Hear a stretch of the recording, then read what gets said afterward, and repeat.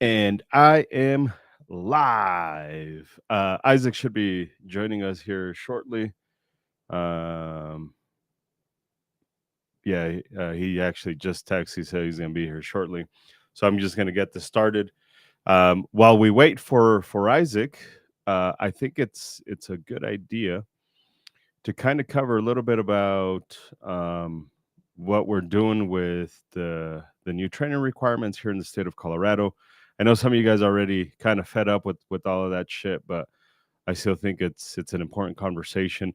So what we're doing, and I might slice this up and put it up on the YouTubes for the students. So the way we're doing is if you already took a class with Guns for Everyone, especially here in the state of Colorado, before the laws changed. Say you took it 3 years ago. Um, you you took the class, and we can prove that you attended the class. Then what we will do is we will verify your attendance. Once we verify your attendance, I'm pulling this up. Once we verify your attendance, then all you have to do is the range time, the 4 hours at the range, because you already completed 4 hours. If we go to where the law is at, I'm going to pull up the law here so we can kind of read it here together. Again, for those of you guys that are kind of popping up, I'm just giving Isaac some time. He's not a white person that's on time. He's always late. He's wrapping some shit up, and he'll join us here in a little bit. So I'm taking some time to clarify these classes. So if we go to the law, got it here. Let me bring this up for you guys. Shugadoom. Cool. Hopefully you guys can read it. If you guys can't read it, then it is what it is.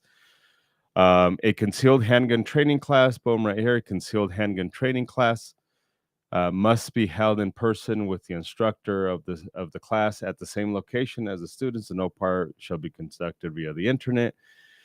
A concealed handgun training class must provide a minimum of 8 hours of instruction, including live fire shooting exercises described in subsection 3G of the section. Written concealed handgun competency exam described, blah, blah, blah. The 8 hours of instruction in a course do not need to be consecutive. So they don't need to be in the same day. They don't need to be in the same week. They don't need to be at the same time. So you already completed. And by the way, if we continue reading on here, and feel free, there's the law right there. Feel free to go check it out. There's nothing in this law that says that it must be done in a certain amount of time. There's nothing here that says you have 90 days to complete the 8 hours. Nothing on here that it says you have 6 months to complete the 8 hours. None of that stuff. I encourage you guys to read it, but nothing on here does it say that there's time sensitivity. Once you complete the entire course, then there is time sensitivity to go apply once you complete the entire 8 hours. So again, if you are a Guns for Everyone student, you did the class 4 years ago, 5 years ago, 3 years ago, 2 years ago, you already completed 4 hours. You already completed 4 hours. So if we can verify your attendance, then as far as we're concerned, we're meeting the legal requirements, because again, there's nothing in this law that says the 8 hours has to be conducted within a certain amount of time. There's no time sensitivity there. Also, we're holding competitions. The competitions qualify under 1812-203 H subsection 1. So this version subsection is effective July 1st, 2025. Evidence of experience with the firearm through participation in organized shooting competitions. With this, there's no testing, there's no time requirement, there's no curriculum that we have to follow. It's basically show up, compete. The organized shooting competitions traditionally are with a 501c3.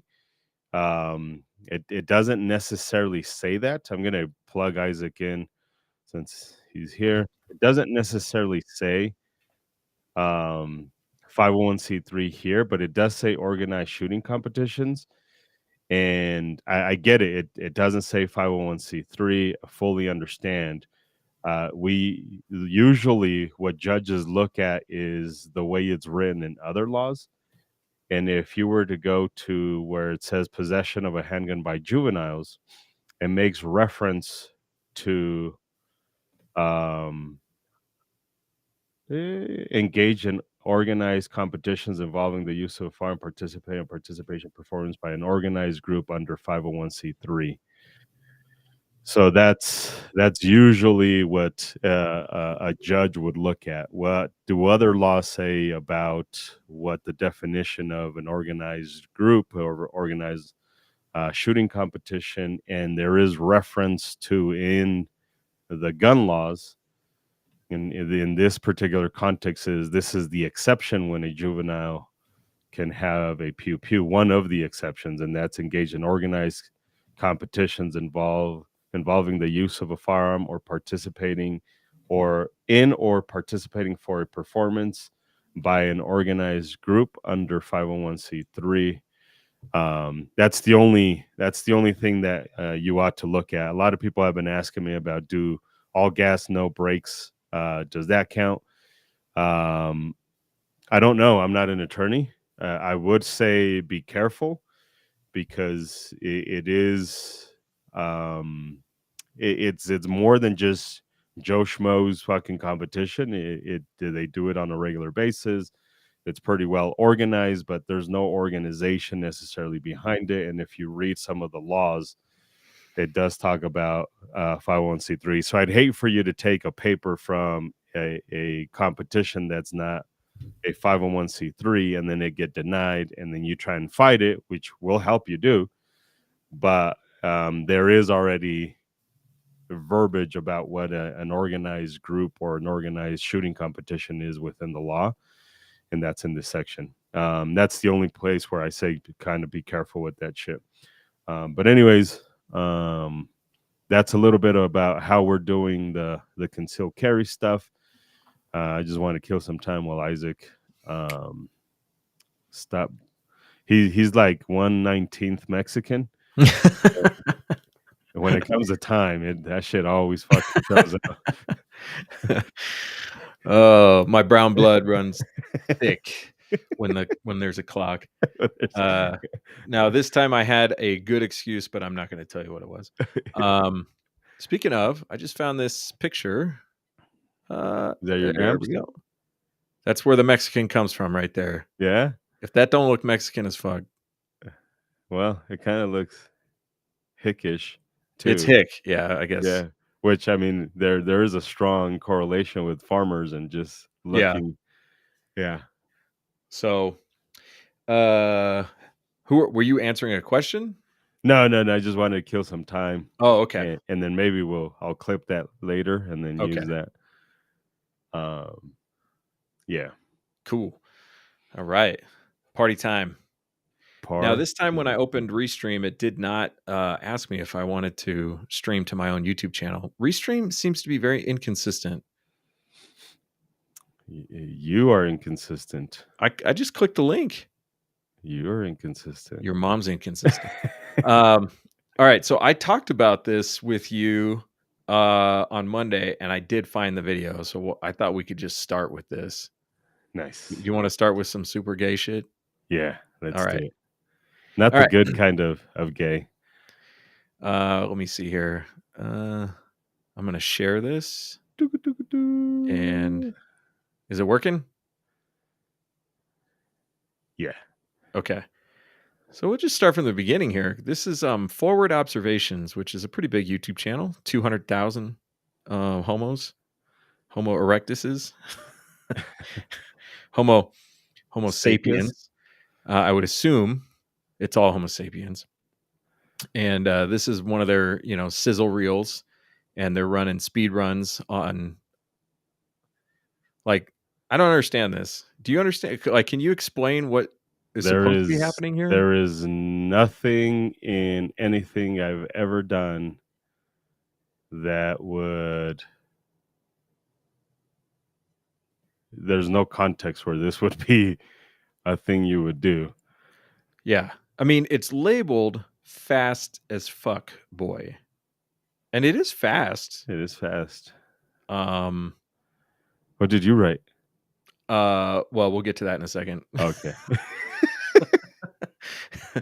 I'm just trying to like understand what the point of this is, except fun. I guess fun.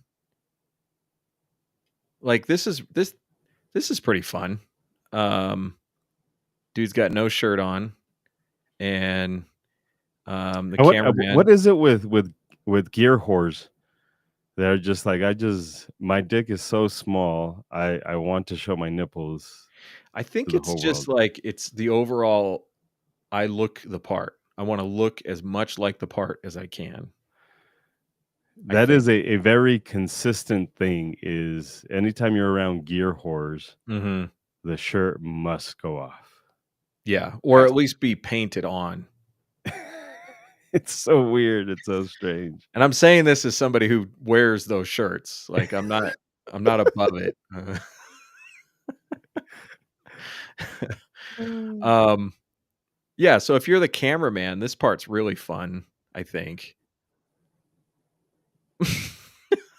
That's awesome. Can you go Yeah, I back a guess little he bit didn't more? point it right at him, but I mean, that's a little close.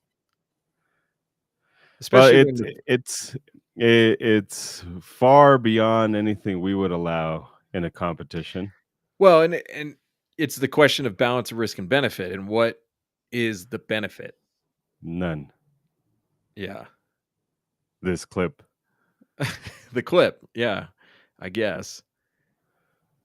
but the benefit does not significantly outweigh the Yeah. known or perceived risks. I mean, not to me, it doesn't. No way. Maybe it does to them, but, and that's something I've been kind of, like, getting more careful about as I go when I don't assume other people's values. Like, Yeah, I don't assume that I have the same values as you do. So if this is beneficial to you, I don't see and you how can. to choreograph an entire Right. CQB. Yeah. If you can explain to your kids when you're laying in a coffin what the benefit was, I guess, that's the way you wanna do it. Another guy with no shirt. Um, oh, These are the manliest of men. he's Let's got the get naked. mustache, so Let's get he naked means together. business. Um, alright, so what I wanted to really talk about was what happens at so in my comment, I said, "At 26 seconds, the dude has his finger on the trigger," and somebody replied, where?" Um, at 26 seconds. So let's go to 26 seconds. Here we are at 24 seconds, no finger on the trigger. Here we are at 25 seconds and no finger on the trigger. But since we're speed running, the most efficient way to be fast is to cut out all the unnecessary, or not unnecessary, but all the extra movements. And as we can see at 26, boom, Boom, finger on the trigger. finger on the trigger with Nice. A cameraman cameraman in standing front of you. directly in front of you. But it's okay because this dude is so elite, we have to blur his face. So elite, and this is from a really popular YouTube channel. So as long as Yeah, it's popular, yeah. um, it's Uh, all right. so you remember YouTube back in the um, early 2010s, 2010, even earlier than that, Oh yeah, I and remember. some of the YouTube channels, and you'd see some boneheaded behavior on YouTube, and then people would call it out, and it was a lot of fun. And I think I remember that James Yeager had a cameraman downrange for one of his classes, sitting between two targets. I don't know Yeah, if you remember that or not. yeah. And he got roasted perpetually for that. Like I mean, I'm talking about it in 2025, so it was a big time burn, I think, for him. and he had to go and like try to justify it, and people are like, "That's never justified." Well, apparently it is, because I didn't see anybody else in the comments bringing this up. I mean, I didn't read them all, but uh, yeah, everybody's like, "This is awesome, This is the coolest thing ever. coolest thing ever." More nipples, please. More. Could you blur everything but the nipples? Um, and the reason this is important to me is because, like in a class when people say, "Oh, why do you think people put their fingers on the triggers?" And a lot of people will say, "Well, they've seen it in the movies." And I think that's true, but more importantly, it's the whole picture of gun handling, gun ownership, the use of firearms Yeah. that trickles down from media into the culture or the zeitgeist or whatever you want to talk about. And so I don't think that there's any room for reckless behavior to be posted on the internet. Well, especially you had brought up, and we mentioned this a lot during the Alec Baldwin shit, Mm-hmm. is everybody who's a gun owner, or most everybody who's a gun owner, was up in arms with Alec Baldwin for doing just that right there, like literally just that. Um, and nobody accepted it there because it's a political foe. It's Right. it's somebody you don't agree with, but now you Right. agree with these people politically. So now it's okay. It's the hypocrisy, and it should always be called out.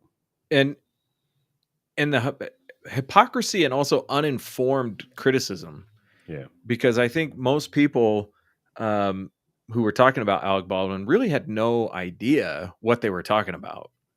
How firearms, and I'll use that term, with quotations because that means a lot of different things on a movie set, how firearms are handled on a movie set.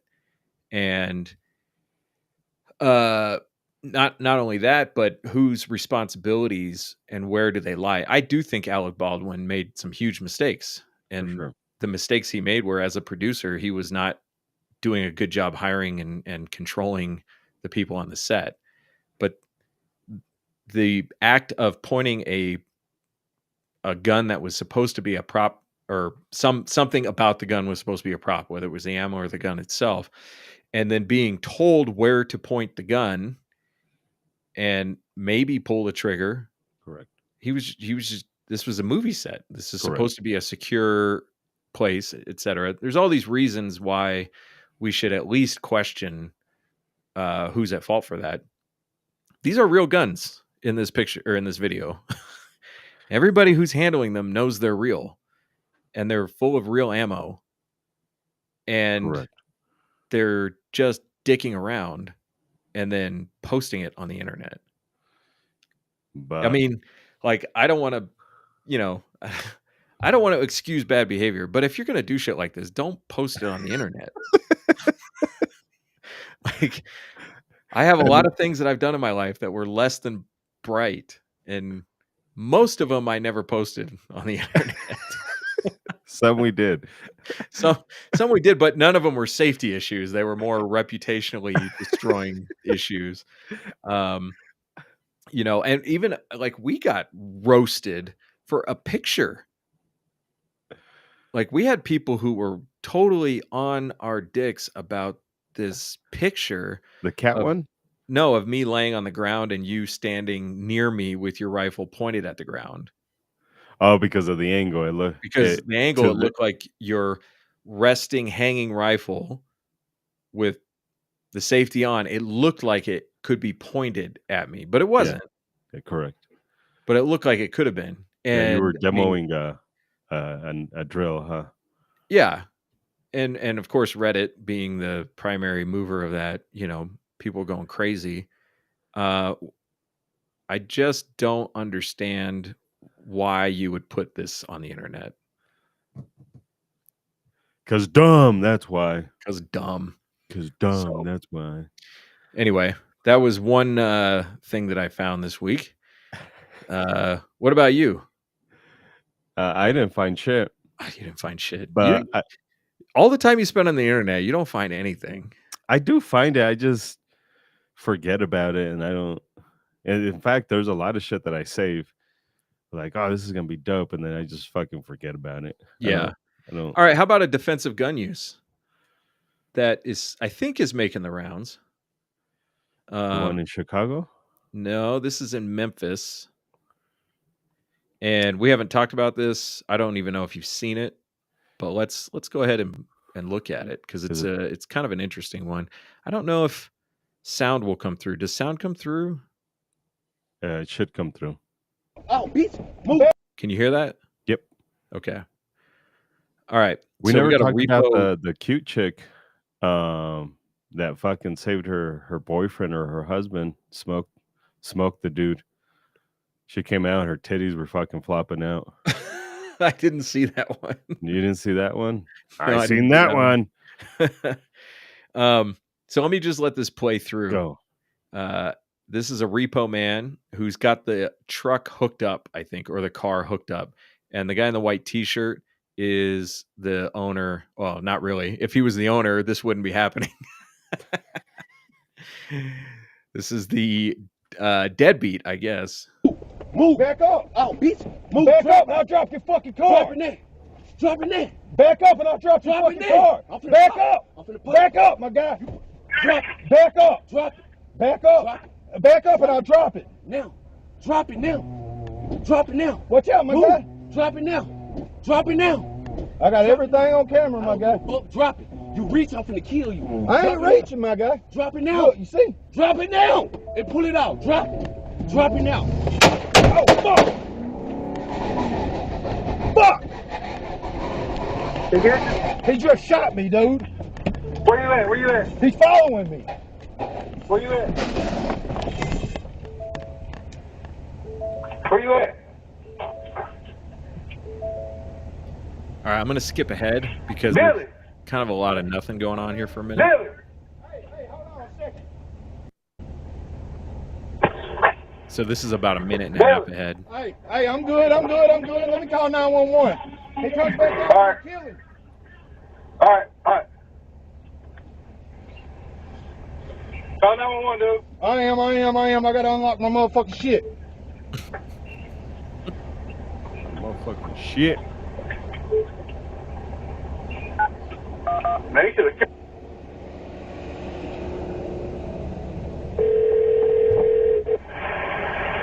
Now he's You have got reached a- Memphis 911 AR. emergency. All operators are. All right. operators are busy. yeah, Move back up. dude's in a literal shootout. And hey, can you hold for a minute? Can you hold on? I got 4 calls ahead of you. Oh, bitch. Some That dude was in funny. India answers the phone. Hello, my name is Michael. I don't think so. So, yeah, this is pretty interesting. Repo Man in Memphis. I mean, you're probably going to get into a handful of gunfights if you keep that job for very long. So this is the one that I was talking about. Let me get the.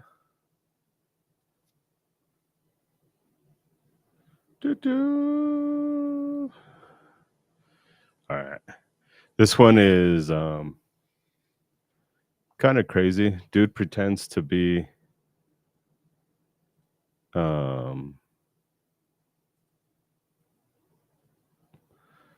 Oh yeah, I did not watch this. You I didn't saw watch this it? pop up and I didn't watch it.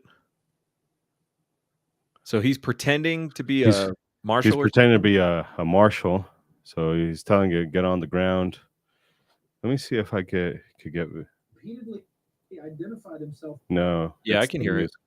Yeah, but it's the news people. Fuck the news Oh people. yeah, okay.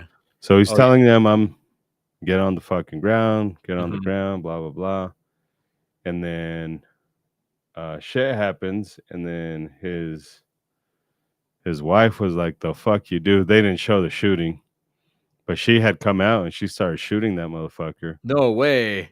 Yeah, she's the one that saved him. Oh, the vest didn't save him? No, that motherfucker's crawling, and then Dude, his I wonder getaway. if he had His paper getaway seems like his getaway is plates or fucking. something in his So instead she's of real like, while plates. she comes out, Pop, pop, pop, pop, pop. there we go. All right, so she shoots this guy. Did his shoes come off? Yeah, fuck yeah. Why wouldn't they? I think they're supposed to. He's like, "Oh no, not my Nikes, man." Oh, Oh, dude. and she didn't have it chambered, of course, because why would you? Look at that. He doesn't know what to pick up. He's like, "Do I pick up my gun or my shoe?" My shoes. Oh, what is this? Oh, she's a firearms instructor now. yeah. That is the fucking picture, huh? Every fucking instructor has that picture. I didn't even fucking see that. Yeah. every fucking instructor has that picture. That's so true. Talk about over teaching. But her fucking shirt wasn't keeping up with anything. That's gold, man. For sure. I can't believe I didn't check that out. I saw that thumbnail a couple of times. It had a girl in it, so you're like, no, it can't be No, true.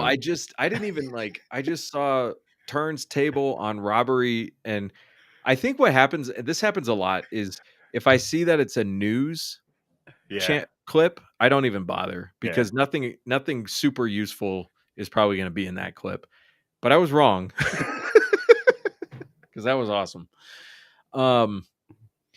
So couple things about the repo clip that stood out to me, and then I want to go back and look at the robbery one too.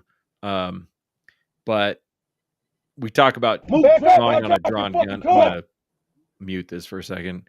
Drawn on a drawn gun. This dude does have his finger on the trigger, and this guy goes for a couple of weak ass disarms in a row that don't really do anything. Well, and it's always it's always crazy that part of our limbic system is put a hand in front of the muzzle. Yeah. Well, if you think about it, if a rock is coming at your head, Correct. putting out a hand makes sense. So he got shot in the leg, huh?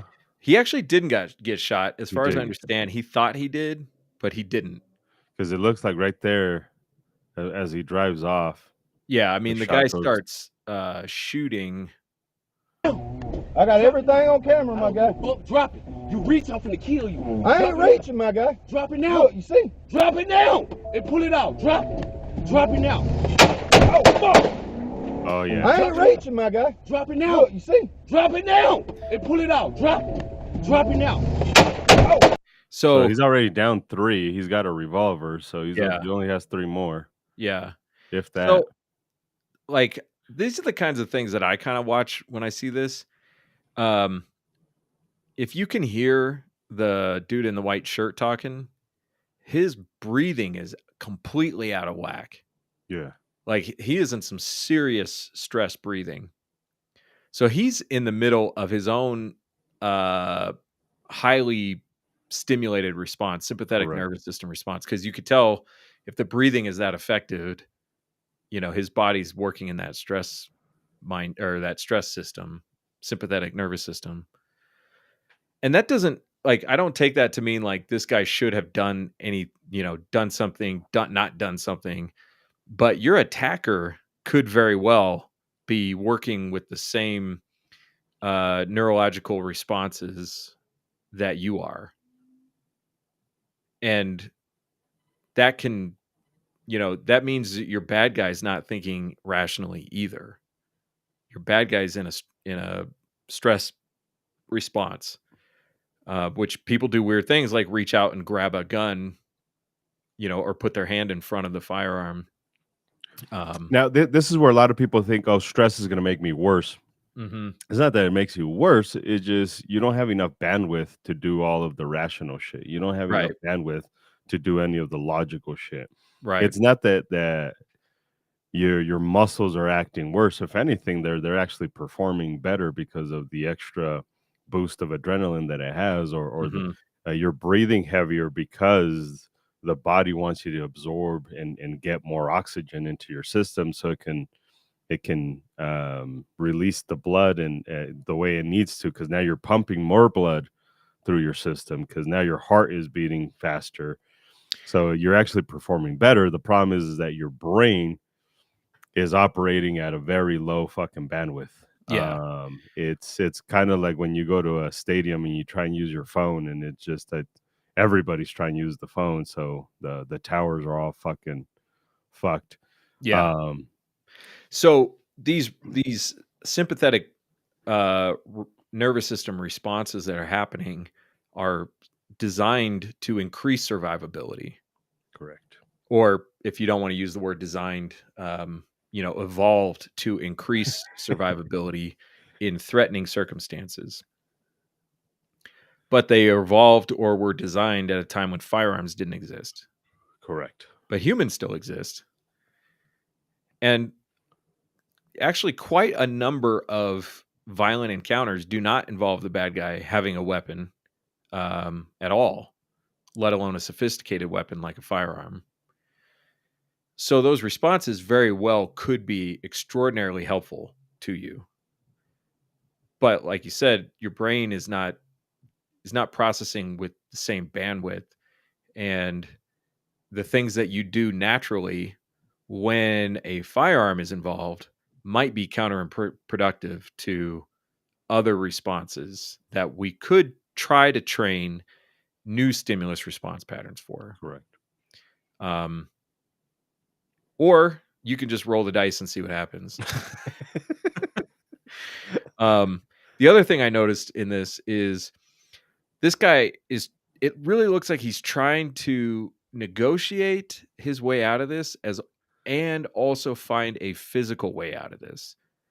So he has guns in the car, but they're not accessible enough to use at this moment. So he's forced to figure something else out. This And is while this is this is a big one. Sorry to cut you off, but Yeah, this go ahead. is a big thing for all you weirdos who like to carry your gun in the center console or the glove compartment or any weird shit like that instead of on your body. Because I get asked this a lot, like, what about the magnets that go underneath your dashboard? Mhm. I was like, well, here you go. Here's a batshit crazy situation that could it's very plausible that it happens to you and your firearm's not accessible to you when you need it, and the bad guy can see you reaching for the gun. Could see the gun Yeah, if it's on that magnet. And now you've lost the element of surprise, which is one of the only things you have on your side in this situation is the element of surprise. It doesn't mean it's going to work. It's just one of the few advantages that you could plausibly have if you had the gun accessible and not visible to your attacker. I did see this guy on some blog who had done some research about self-defense shootings and looked at a lot of videos, and he was trying to gather some data from it. And one of the pieces of data he gathered from the videos was that in roughly 40%, somewhere between 40 and 50% of defensive use of a concealed firearm, the person drawing their firearm concealed the draw in some way, turn their body, step behind something. And I think that that's a pretty, I don't want to say natural, because drawing the firearm is not a natural response. It's a trained response. And when I say trained response, I don't mean like you can only do it if you're trained. It's something outside of what the human body developed it's a around. learned response. It's a learned response. There you go. That's a better word. But concealing the deployment of a weapon, I think, is much more natural. Correct. And so if the opportunity arises to do that, your body's going to be probably screaming at you like, this is your chance, right? Like, now is the time to have the reaction or to have the response The response. of counter ambushing. But if the gun is far away from you or requires you to open or even unlock something in order to access it, you can't really do that when you're face to face with your attacker. You can't. You have no element of surprise. You have no element of concealment of that draw. So this guy's stuck with another response, which is to drive away. And he's doing the talkie thing with this guy, the negotiating, but his body language kind of looks like he's looking for an avenue where he can conceal his plan to drive away. And you could see the truck. So he's trying to close the door, and the guy won't let him. Watch out, my guy. Drop it now. Drop it now. I got everything on camera, my guy. Drop it. You reach, I'm finna kill you. I ain't reaching, my guy. Drop it now. Look, you see? So now he's doing the nodding. Like, this is pretty common when you're trying to conceal what you're about to do. Bad guys will do this too. They'll start nodding as they prepare to do the counter assault or the assault or the ambush or whatever. So he's nodding. Drop it now and pull it out. And now he's like, put his key in or something. Like, you can hear the ding going on. And That's crazy. You mentioned the nodding. Because if you spend enough time watching the Nature Channel, like the fucking chimps and the gorillas will fucking do that shit too. Yeah. And they fucking show each other their teeth. And, yeah. It's or their lips, they fucking curl them. Yeah. It's funny that humans, we do that. Yeah, it is weird. Like, we will start making gestures almost involuntarily. Like it just like the cringe. Like, that's true. I never thought about that before, but you are showing your teeth. Yeah. Pulling your lips back and showing your teeth. Fucking crazy. So right now he's in the middle of trying to put the truck in gear. Now. And he waits. It seems like he waits for this guy to get distracted. Because he does his movements to get the truck in gear when the guy's head turns away. And pull it out. Drop it. Drop it. Like, he dropped it into gear when the guy was looking away. Yeah. Now. And then he goes. And if he didn't get shot, then I don't know how that happened. Because you can hear the gunshot, and we're at pretty much contact distance. But from what I understand, he did not get shot. Yeah. Oh, fuck! He did say ow, which is interesting too. Was that 3 shots or was that 5 shots? I think it was 3. Drop it now. Oh, fuck! No, it's 4. 4. 4. So now he's down to 1 shot. 2 max. Yeah. And, I think it's pretty common knowledge these days that bullets can go through cars. A 38 can go through a car, or I should say go through enough of the car to hurt you. Yeah. But it's also possible that once we get to this, that angle right there, too low, that B pillar is, because that was more of a reactionary shooting, not a yeah. So anyway, and then he gets away and he stops, and people are like, well, he shouldn't have stopped. And, well, have you ever towed a car that's in gear? Like, I haven't, but I'm going to go ahead and guess that you're probably not the most mobile in that situation. And it's possible that this guy was thinking that he was going to have to end up getting into a gunfight anyway. Like, he wasn't going to be able to get far enough. Because that dude was chasing him. Yeah. Oh, I didn't see his 1911. before. He's got the pearl handled 1911. Now it makes sense why he doesn't carry it, because yeah, he's like, this thing's useless anyway. All right. So from a training point of view, what would we be talking about right here when this guy is now out of the car, gun in one hand, phone in the other hand, in the middle of a neighborhood? Well, first off, because I don't think the gun position is horrendous. That's the direction that the threat was when we left him on the side of the road. Correct. So it's not horrendous. I mean, my only thing is he's pretty exposed. Yeah. But I don't know where the bad guy's at. So maybe the bad guy's on the other side, and that's why he chose to just stay there. Pretty pretty. He doesn't have a position of advantage. Right. Position of advantage is the big thing here. And it's not that we know that this is a bad position of advantage. But if you look at where where he's looking, like just being on the other side of the door could be a better position. Could. But this is why, you got to be careful when you look at these videos that you don't draw too many conclusions because you don't know everything that's happening. Correct. So he's got the gun. Can't see if his finger's on the trigger or not. We'll give him the benefit of the doubt. He is keeping it relatively controlled. Well, maybe not. Well, it's still okay. Yeah, I mean, he's not pointing it at his own head. We'll give him that. So, but then he what never else fires. What's that? He never shoots. As far as I understand, he never shoots. I don't want to watch the whole clip to find out. But we're gonna. Hey, I'm good. Let me call 911. Hey, come back down. Okay. So he's talking to somebody on the phone, I think. Or he might be talking to a dispatch. To the tow company dispatch. But he needs to communicate on his phone, and he doesn't look like he's in an area where he can ask somebody else to do that.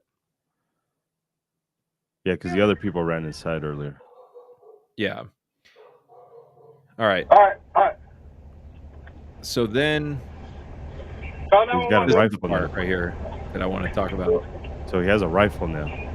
He's got a rifle, but in order to use his phone, he has to stow the firearms. So this is why I'm not a big fan of rifles for home defense, or in general for self-defense for civilians, because I've got my phone and I won't show you my code, but if I do this, like I can do everything with one hand. Now it's open and I can dial 911 with one hand. He has a rifle. He had well, at least he thinks, maybe because of how the brain's working at the moment, he thinks he has to put the rifle down, because the advantage of the rifle is the 4 points of contact. That if you don't have the 4 points of contact, it's not that the rifle is useless. It just, you might as well have a fucking handgun if you're using it with one hand.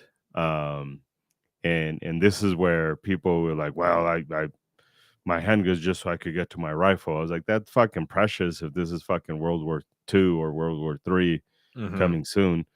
But in a civilian environment, it just a rifle isn't that practical, because he can have his handgun right now, just in case, right? Just in case the whole fucking neighborhood turns on him, and but he's got no gun in his hand now. Yeah. So we look at probability, plausibility, and as a tow truck driver in an area of the country where tow truck drivers it's a high risk job. Yeah. And maybe that tow truck is stored more securely when it's not being used. And you are more likely to find yourself surrounded by a crowd of people who want to hurt you. I'm seeing more, like, we're getting closer to plausible use of a rifle. Yeah. But still, it's severely limited. And in this case, probably didn't end up doing him any good. Correct. The only thing I can say is maybe whoever was getting ready to, or whoever he was dealing with, saw him with the rifle and decided they didn't want that kind of heat. That's possible. Correct. So, but right here is the last thing I wanted to look at. So he's trying to call 911. I remember we did a class together a long time ago, and we had some woman tell us that her husband had gotten into a road rage incident and she couldn't remember how to call 911. Do you remember that? Vaguely, yes. Yeah. And he's got his phone out a lot, but he finally gets a chance to actually use it. I gotta unlock my motherfucking shit. Rifle gets put down. Look how much attention it takes for him.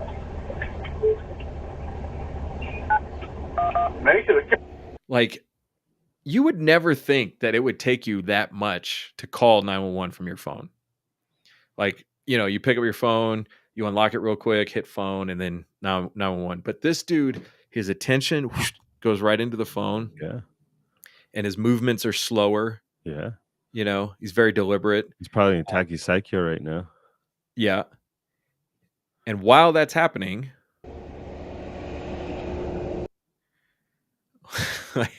you're in a bad neighborhood. You just got into a gunfight, and here comes a beat up Nissan. And, so we talk about other people, right? Yeah, We're doing 'cause our what you're looking for is more bad people that need to Mhm. get shot, good people that can hurt you that don't need to be shot, people who need your help or who can help you, position of advantage. So Mhm. here's potentially another bad person Yeah. or another good person. Yeah. Now he's paying attention to them. With But his back turned. he had, if you notice, he goes from the phone back to the rifle. Make it a That's pretty interesting. Like, Yeah. okay, I've got 911 called. I successfully dialed the number. Here comes a car. Let me get my rifle back out Get the rifle back as I out. turn around, and he's looking right at them. So he's letting them know that, that he sees them, or even if he's not doing it on purpose, Correct. if they're looking at him, they're going to see somebody looking back at them with a rifle in their Correct. hands. And I'm not going to say this guy did a good job or a bad job. I don't really believe in that anymore in most cases. Yeah. I just want to use this as an example of a dynamic critical incident that has many of the things that we talk about in our class, even the short version of our class, even the 4-hour range version. We get to this point in most of the classes. Correct. The assessment and the assessment really is where we're at right at this moment here. So anyway, I thought this was a pretty interesting video, especially because we had such good audio of what was going on. Anything else to? Yeah. I think this I think the more and more we watch videos like this, it hopefully highlights the importance of not choreographing your self-defense Mhm. and instead work on your stimulus response pattern and information processing. Yeah. I want to be able to recognize a stimulus and have a response to a stimulus, Mhm. not an action, not a this person's walking towards me. That's not what we're talking about. We're talking about if the gun fails, how do I fix it without having to look at it? If I acknowledge a threat, how do I work with my lower center of gravity, my hands up protectively, and because now your body's going to do that whether you like it or not. So the next thing is fuck. There's the attacker. Grab the gun if it's appropriate. Mhm. So that's what we're talking about. It's not notice teenager eating Skittles, kill him. That's that's not what we're talking about. I actually just went back and re-listened to so CCW Safe has a podcast. Are we done with this one? Yeah. CCW Safe has a podcast, and two of the people that are on that podcast, one of them that's on there all the time, one of them that's on there sometimes, were both on George Zimmerman's defense, and they did a 3-part podcast a couple years ago where it was like they were revisiting the case 10 years later. Yeah. So 10 years later, and George Zimmerman's not guilty, they can talk about almost anything that they want. They're bound by attorney-client privilege, really practically speaking, much less than they would be if they were anywhere close to the trial or still in an appeal or anything like that. Yeah. And they did criticize a couple of things that George Zimmerman did, but they talk about stuff that was in the trial, but nobody else knew about Okay. how George Zimmerman didn't approach Trayvon. He was out of his vehicle, but Trayvon approached him, and that he basically started getting his ass beat, and like he had splits on the back of his head, concussion, all the physical evidence supported that he was getting his ass beat, and that it went on for a little bit before he pulled his gun and fired. Yeah. The question would be, why are you getting out of your car in the first place? What was the intent? What was the intent of getting out of the car? What were you saying as you were getting out of the car? Yeah, and it's true that there were burglaries going on in that area, and it's true that George Zimmerman decided that he was going to take the responsibility of patrolling the neighborhood. But I think when people take on that responsibility, they don't really know what they're asking for. Yeah. And this actually played out in the No Kings protest in Salt Lake City, where we had people on the safety team who shot and killed an innocent bystander. A child, right? A baby? No, it was an adult. I thought there was a baby killed there too, or at least shot. Well, the baby killing happens every day. With wrong podcast. But yeah, so some guy walks behind a wall, pulls a rifle out of a bag, and starts walking back towards the protest. And our safety team decides that this is a threat that needs to be shot at, and they shoot and basically wing the apparent threat and killed a bystander. And this is the safety team. The safety team. So you're going to take on the responsibility of thousands of people of varying backgrounds, intent, temperament, all of this stuff. You're going to be in charge of safety for that? You have no idea what you're doing.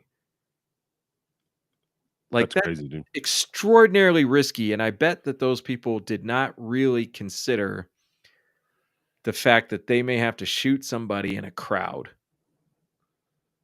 What I'm really sad about with these protests is that you gave me a shirt about a year ago that says No Kings.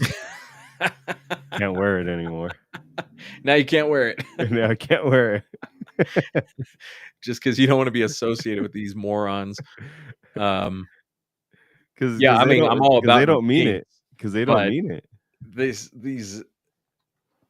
These are highly volatile situations, and you're walking around with a gun, calling yourself the safety team. I just think that's moronic. Correct. So, anyway, let's look at the husband, wife, boyfriend, girlfriend. Let me pull it back up. I wonder if there's a better video of that. There has to be. Coleon has it, but I don't think that he talks too much. Yeah. As we're talking. Well, if you're just gonna post the video, post the video. Let me go back to the history. I'm just making excuses. We're doing exactly the same thing. Exactly the same shit. Yeah. But it's okay if we do it. Yeah. Super dope if we do it. History. Boo-boo. All right. Here we go. Oh, shit. Type in Houston robbery into YouTube. You get a lot of all the robberies. All right, here we go. So this is when it first happens. All right, so we got that surrender position. Yeah. He's kind of resisting going down. I mean, for all we know, he thinks this is a cop. Yeah, I mean, I think initially, it takes him a while to figure out, wait a minute, this is not a fucking cop. Yeah. Because right about here is when he does start fighting a little bit, resisting a little bit. If we were as to she's watch coming out, or right as before she's she coming comes out. So like you do see her.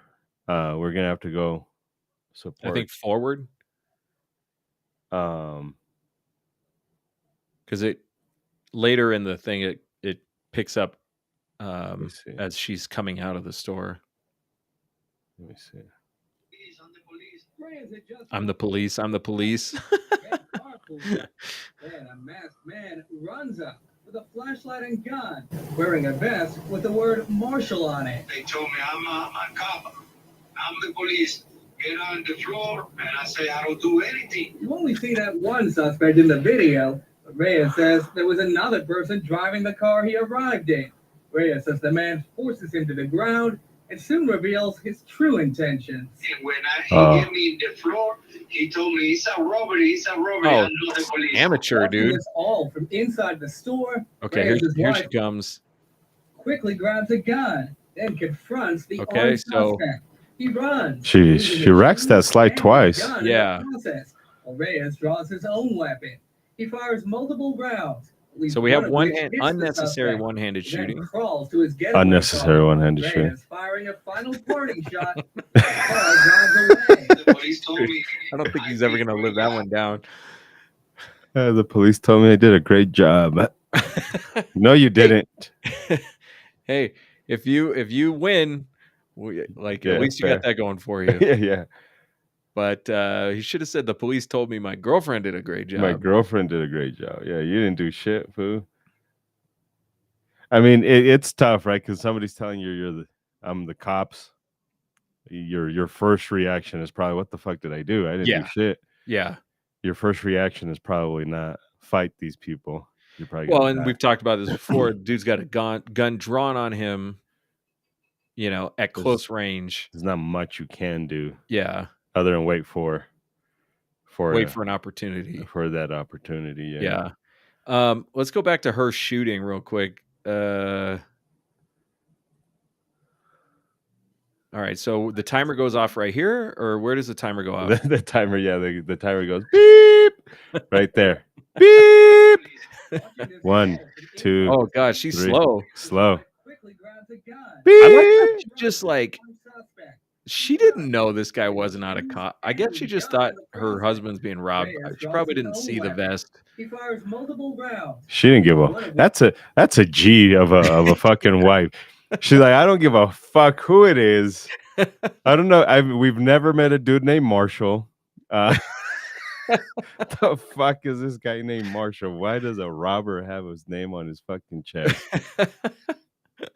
Well, we're wearing name tags now. Yeah, because obviously they're from Puerto Rico or the fucking DR. Yeah. All right, so let's go back. If we can go back to the first shot. Look at that grip. Oh shit. Look at that grip. Her first shot? Yeah, if we can. You're not gonna hurt my feelings by From inside the store, keep watching this. his wife quickly grabs a gun. Dude, she came to the door like a G too. But then look, she has to rack it. Okay. And that shot is about 8 feet, 9 feet. So did it malfunction? She's probably got a malfunction. Jennings. That looks like Okay. a Jennings. Yeah. Like Or it legit does 380. look like a Jennings. He runs, losing his shoes and his gun in the process. Oh, so they zoomed in. They don't show her shooting. Now look at this distance. What would you say? This is about 25 feet? So he's probably still about 15-ish feet, and she's probably closer to the 20-ish. So we can use the parking lot line, and I think that those are 20 feet long. For the cars. And he's a little bit beyond that, and she's back. So we could be approaching 30 feet here. For her. For her. Yeah. Yeah. It doesn't need to be 30 feet. She's doing two things at once. She's trying to manage the door and shooting at the same time. When you go to La Bultana. He fires multiple rounds, at least one of which Oh. hits the suspect. Then crawls to his This getaway reaction's car. never going to get old. Reyes firing a final parting shot. Yeah, and we can't tell from the video if he's shooting at the car as it's driving away. It's possible. Very likely that that's what Yeah. he's shooting at. What did I miss? Not as much as these people. Car drives away. The police told me. Yeah, this is wrong. This is wrong. I'm gonna call up, be like, you better fucking correct that. That's a Hilarious. wild one, you know. And when you're watching a video like that, you can't take as many. I think it's harder to take as many things away because the video is so broken up, and the news is like zooming in here and zooming in here and changing the timeline and stuff. But what I think we can take from a lot of these videos is just looking at the elements that are part of that dynamic critical incident. Yeah. So surprising, obviously. Yep. Like, I'm sure he didn't go to work that day thinking Marshall is going to pose as a cop and then Fucking rob Marshall. me. And then my girlfriend or wife or business partner, whoever, is going to come outside with her empty 380 and try to defend me. So definitely surprising, definitely chaotic. He thought one thing was happening, and then it turns out something else is happening. And the bad guy is in the same boat, except for the surprising part. The bad guy's definitely dealing with chaos when both his shoes and his gun go flying. And he has to decide what's more important to him. What's more important, dude? Shit's Um, hilarious. and then the threatening part, like, I think that the more I watch these videos, the more I start to understand how confusing movement and your environment can be to you if you haven't really trained for that stimulus response of what should I be doing right now? Correct. What is Well, a useful thing to do right now? This is where the people confuse. We've said this before. This is where people confuse freeze. People think we have fight, flight, or freeze.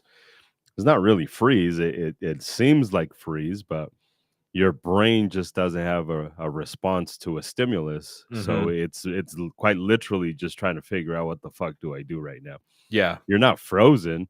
You just don't know what to do. So I Right. get it. It's similar.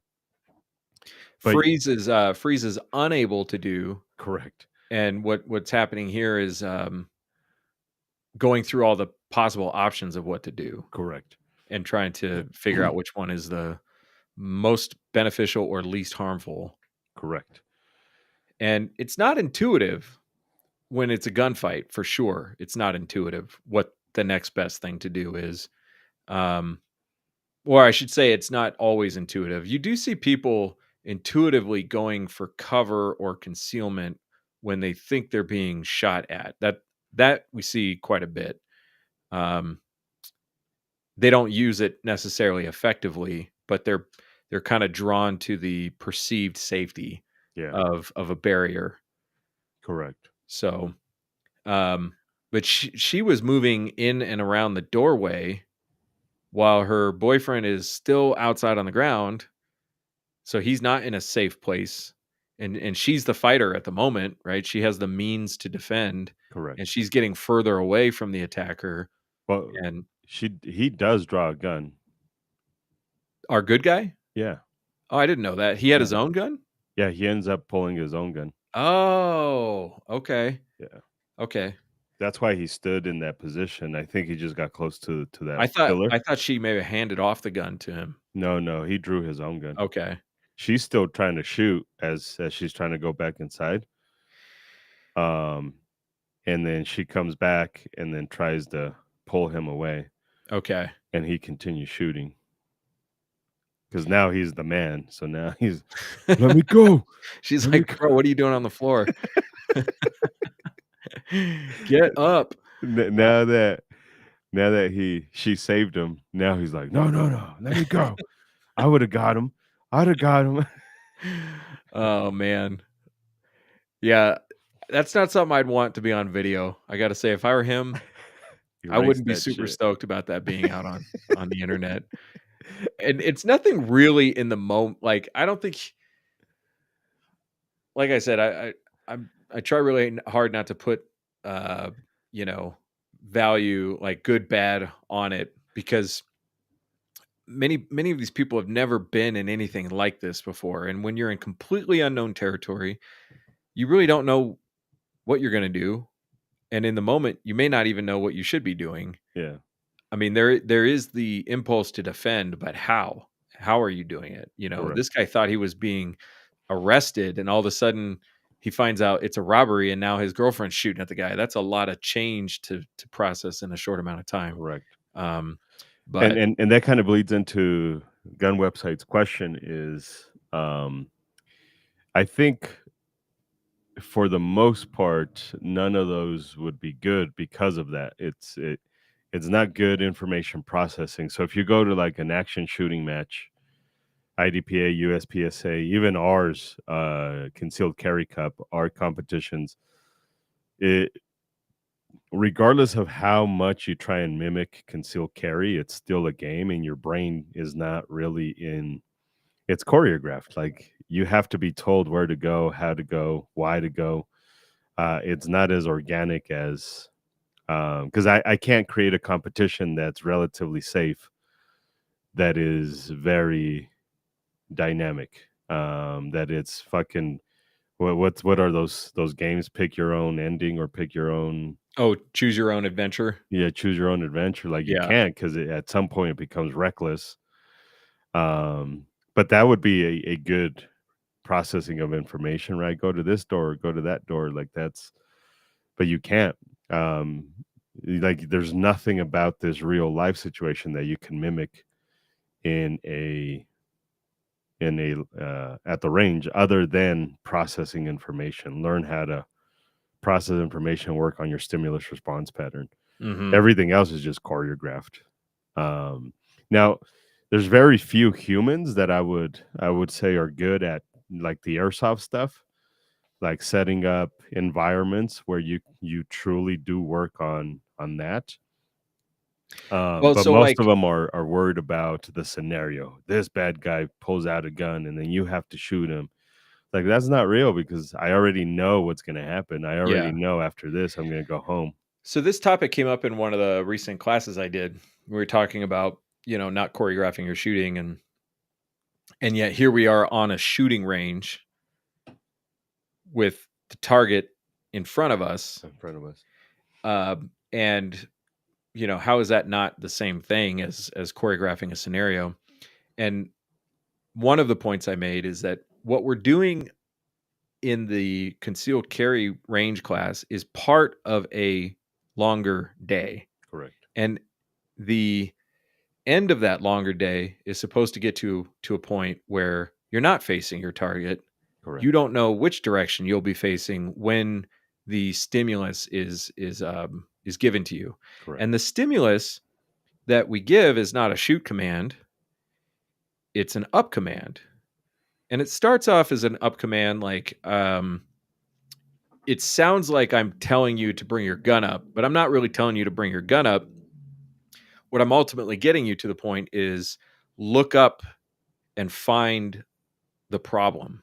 Correct. And then once you've identified the problem and you've identified the bad guy that needs to be shot, but also the distance that you need to shoot at and the size of the target, once you've done all that, then you shoot. So I'm not choreographing. To some degree, in the range, you can't get away from the fact that you're at the range. Correct. But we're trying to get rid of as many possible choreograph factors as we safely can do. Correct. Yeah, like we don't want to say shoot 3 times. Mm-hmm. And then after you shoot him 3 times in the chest, shoot him twice in the head. Right. Like we're not doing that. We're not doing El Presidente drills, because there's a lot of self-defense classes where that's what it is. It's let's do a dot torture. Yeah. And like that's it's fun, but it's choreographing, and I want to get to a point where I'm processing information. This is why we do a lot more cognitive stuff, 2 + 3, and stuff that many other programs do, but then they add the choreographing shit. Like we want to get away from the choreographing stuff, while we understand this is just, we're still at a racetrack, we're still at a range, we're still in make-believe land. Yeah. And because of it, we could only do stimulus response, work on processing information. Some Yeah. of it is the mechanics, how to bring the gun up out of the holster and present it properly. But yeah, in the 4 hours, all of that gets lost because it's only 4 hours. Shit, we don't even get to drawing a firearm. Mm-hmm. We're only giving you a little snippet about it. And most humans are not even ready to draw from the fucking holster. Mm-hmm. Which we're slowly segueing into what I want to talk about. You were about to say something, but I was I just going think to say one of the other pieces of feedback I got in the debrief was one guy was saying, I wish you would use some other commands rather than just up, you know. And I thought about it for a second and I was like, I get where you're coming from, but no. That up command is supposed to get you to look for where you think the problem is coming from. I don't know what other reasonable word there is to do that. yeah, I mean we can change it to I could jump. say look, I Yeah, guess. I guess. But then you're just going to look and then you're not going to shoot. Yeah. You could say fire, but that could mean burning. Yeah. Well, and I don't want to say fire because Correct. if I give you a command that you don't understand, like if I say 2 times 3 and you're like, I can't do 2 times 3, or more realistically, we say first number of your phone number, I'm not saying fire. I'm saying identify. Solve the fucking problem. Yeah. Solve the problem and then Yeah. decide what you're going to do about it. Correct. So, I mean, because we do give different commands in up, right? Saying first number of your phone number is a different command. Giving a number, I love this dude. Using a number, calling out 4 instead of up. I'm asking you to shoot number 4.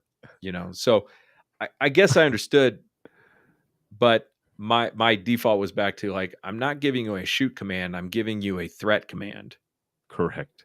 Right. And that threat is unknown until you identify it. So loud bang going off behind you, your brain will process that as a threat in most contexts. And so your brain is going to orient towards that stimulus and then decide, is this a threat I need to worry about or not? Correct. So anyway, what were you going to talk about? This I think it's we're seeing this more and more. We've always known this, but we're seeing this more and more now that we're doing the new version of the concealed carry classes, which adds an element of the firing range from IDS, which I'm all for. But you see this idea that people believe that a concealed carry class is a 101 class. Mm-hmm. So we get a lot of that feedback of like, well, I wish you would have spent more time teaching us how to grip the gun. It's like, but you're about to go carry a gun for concealment. Like this is a class that is going to show supposedly proof that you're ready to carry a gun for concealment. Like we should be past this idea of let me spend an absorbent amount of time teaching 40 students, 60 students, 12 students, 10 students, whatever, how to properly grip a gun. Not that that's not a worthy thing to talk about individually if the student needs it, but a lot of humans think that we're a concealed carry class ought to spend time teaching you how to clean a gun. Mm-hmm. Teaching you how to break open your fucking shotgun and or how to disassemble your Glock, or talk to me about legal stuff. Like that's not what a concealed carry class is. Like this is to prepare you to defend yourself if the need arises. Like I don't believe that a concealed carry class should be teaching how to clean a gun. Like a concealed carry class should not be teaching how to use sights to a certain degree. Again, we teach it as needed in the class. Like some people don't know how to do that, and then we gauge it and but like you're ready to start carrying a gun for self-defense. I should not be spending 2 hours of the 4 hours that I have with you on on how to clean the gun, on Mhm. how where you can and cannot carry. I mean, some of it unfortunately we now legally have to, even if we just skim through it. But a 101 class and a CCW class is not. And the only reason why I separate them is because people who want a 101 class may be really good at how to grip a gun and how to align your sights, but they're not ready to carry a gun. Mhm. Like you can see it in them. They're just not ready to carry a gun. They're just not there. There's a lot of noobs that we get that have zero fucking clue and perform. And I get it. We're just performing now. We're not applying anything. They're doing better at the things than everybody else there. They're like, I've never shot the gun. Because they don't come in with any preconceived ideas. You get a lot of people that come in with preconceived ideas of what a concealed carry class may be. Like, oh, you're not ready to carry a gun out in Yeah, public. that's something I see a lot is people will go to a class with a bunch of other people and say, 9 out of the 10 of these people shouldn't be carrying a gun. Well, just because you guys went to the class does not mean that they are going to carry a gun. Correct. And they're like, I wouldn't feel safe next to this person. You've probably been around people like this your whole life. Your whole fucking life. And you didn't know it. I'm sorry your feelings got hurt, but the point of being there really should be that everybody gets a chance to learn something, and whatever standard you think that people should be up to is bullshit, because that's not going to happen in a class. There is no standard for self-defense, and everybody needs to start somewhere. Correct. And yeah, I bet you there are plenty of people who show up to a concealed carry class and pass, and they get home and they're like, yeah, I passed, but there's no way I'm carrying a gun. Yeah. I'm not ready. And that class gave them the opportunity to see that for themselves. And that doesn't mean it was a good class. You just don't know the way that people are processing that information, because the opposite's also true. Somebody takes any class and says, okay, I took the class, I'm good to go. And they're taking the wrong information away from that class. Maybe you're not good to go. You think you're good to go because you passed a class, a government mandated class. So that obviously means that you're qualified. And it's extraordinarily complex. And I do see why people bring it up and ask the questions. Definitely see why. But yeah, I mean, this is a class to prepare you to use a firearm to shoot somebody. It's not much else than that. Yeah. Yeah, it's a really fucking gun websites. Choosing 9mm like giving up your rights. It's choosing failure. He's wrong. He's wrong.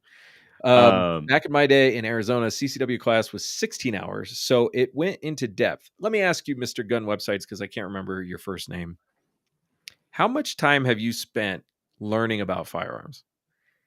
And then ask yourself what percentage of that time is 16 hours. And then say, is that in depth or not?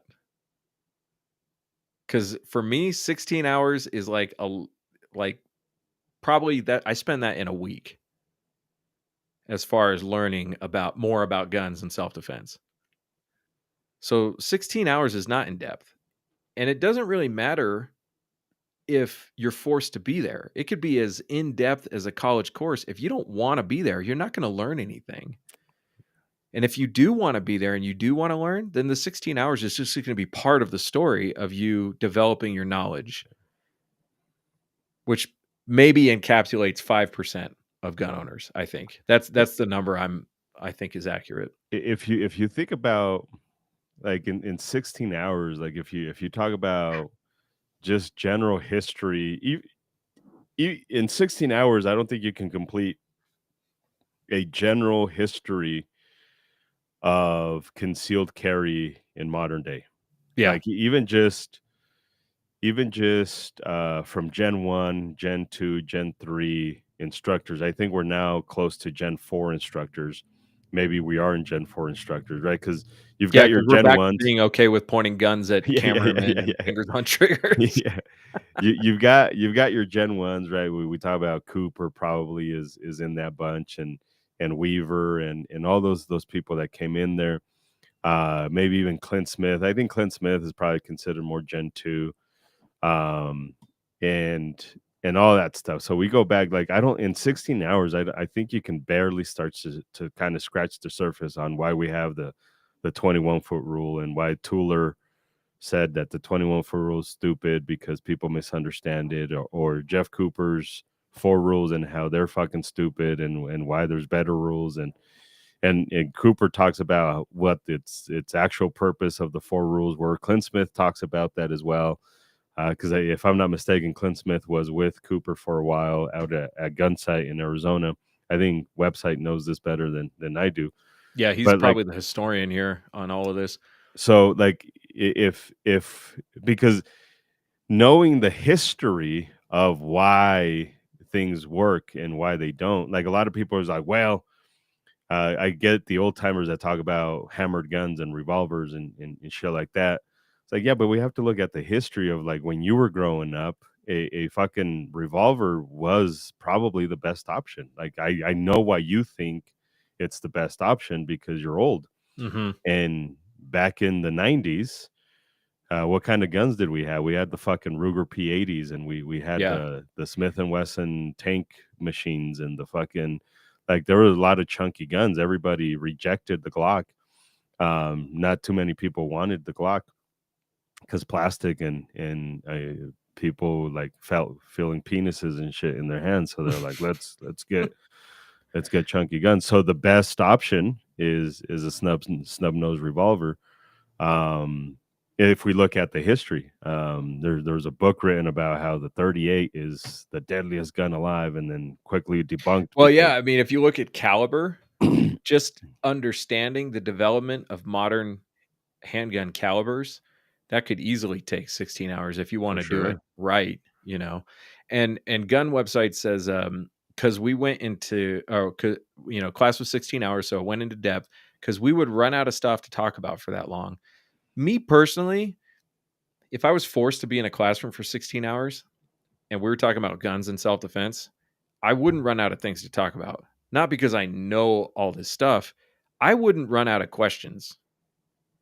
So if you have people there who run out of things to talk about, it's probably because they don't really want to be there. If you wanted to be there, you really wouldn't run out of things to talk Yeah. about. So, and that I'm just kind of projecting out. Who knows? I wasn't there. I wasn't Correct. in this class. I might be talking out of my ass, but I know from experience that when you have a class full of people and you say any questions or does anybody want to talk more about this, or gun websites gave me some cool examples of questions to ask the class to solicit questions back, and nobody wants to talk. That means nobody wants to be there. Correct. Like they want to be done and they want to leave. And Yeah. you can't force them to want to be there. Correct. You can't force them to want to learn. The only ones that were CCWing back then was Rangemaster. What the fuck's his name? I'm missing his Givens? Tom Givens. Yeah. He was doing a lot of CCWing back then. Yeah, Oh yeah. CCW was popular in a few places in the country. Well, shit, Colorado didn't get its like current permit style till the 2000s.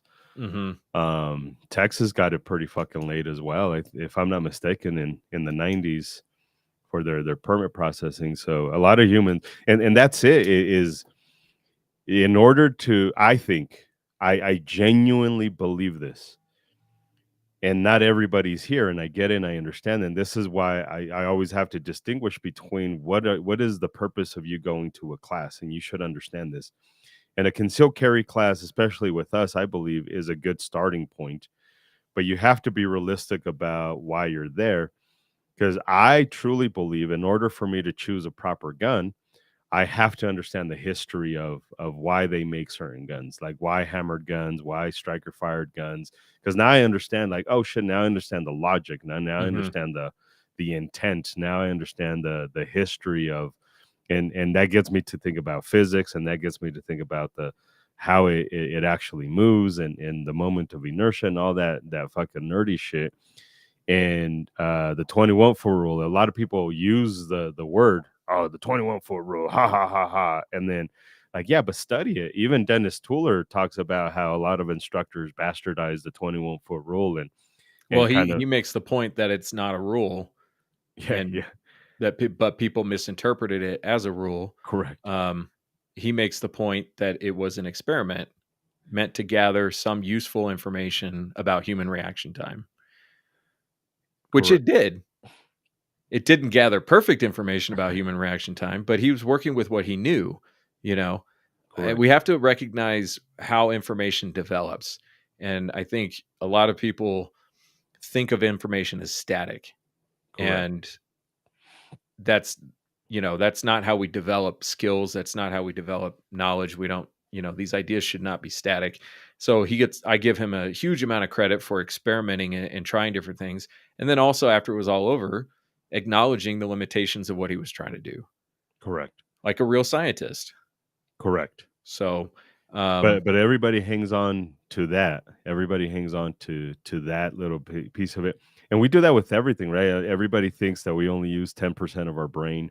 mhm. Um, Everybody thinks Mount Everest is the tallest mountain in the world. everybody thinks Mount Everest is the tallest mountain in the fucking world, and it just gets repeated, but it's not true because somebody at one point said, um, the that we only understand 10% of the brain. So Mhm. they say they thought they bastardized it, right? Like, yeah, Mount Everest is the tallest mountain from sea level, Mhm. but it's not. If you measure it from its true height, it's not the tallest. That shit's in South America. So, but we just repeat this stuff, and we don't even care to question. And this is why, like, when you're going to classes, like, are you really serious? Like, if you want to just shoot the fucker in the face, then any gun will do.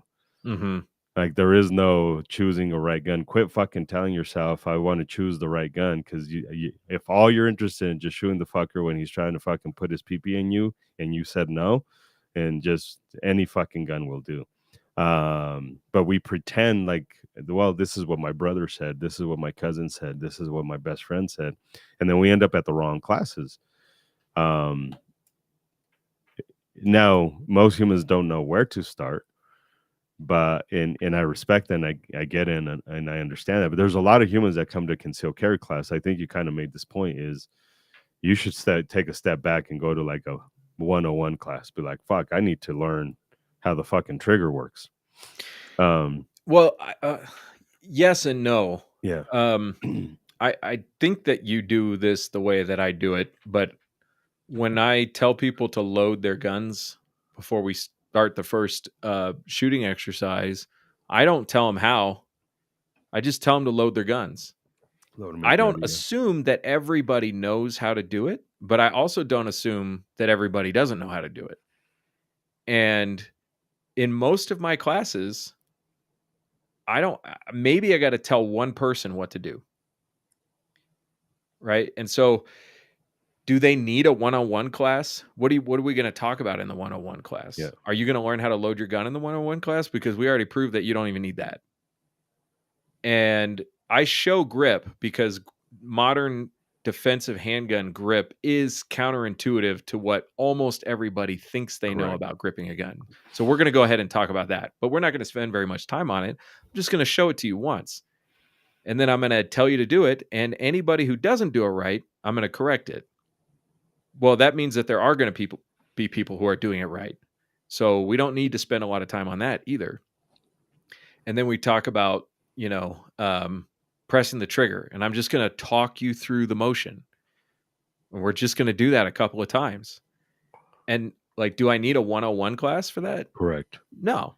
And so I've had a lot of people, now that we're doing the full on range class with the classroom class, and people come to the classroom class and they say they're really nervous about having to take the range class. which is totally fine because I'm asking you to come to a class with a bunch of strangers who are all going to pull out their guns and start shooting them. And I can understand why that would make you nervous, especially if you don't think you know what you're doing. But I have to make the point to them that this class is for everyone. Yeah.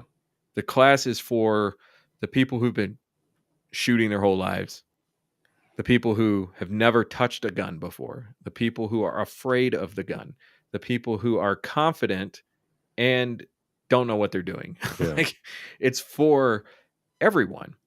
And if I try to tell people, before you come to this class, you should know this, this, and this, that is going to stop the learning process for a bunch of those people.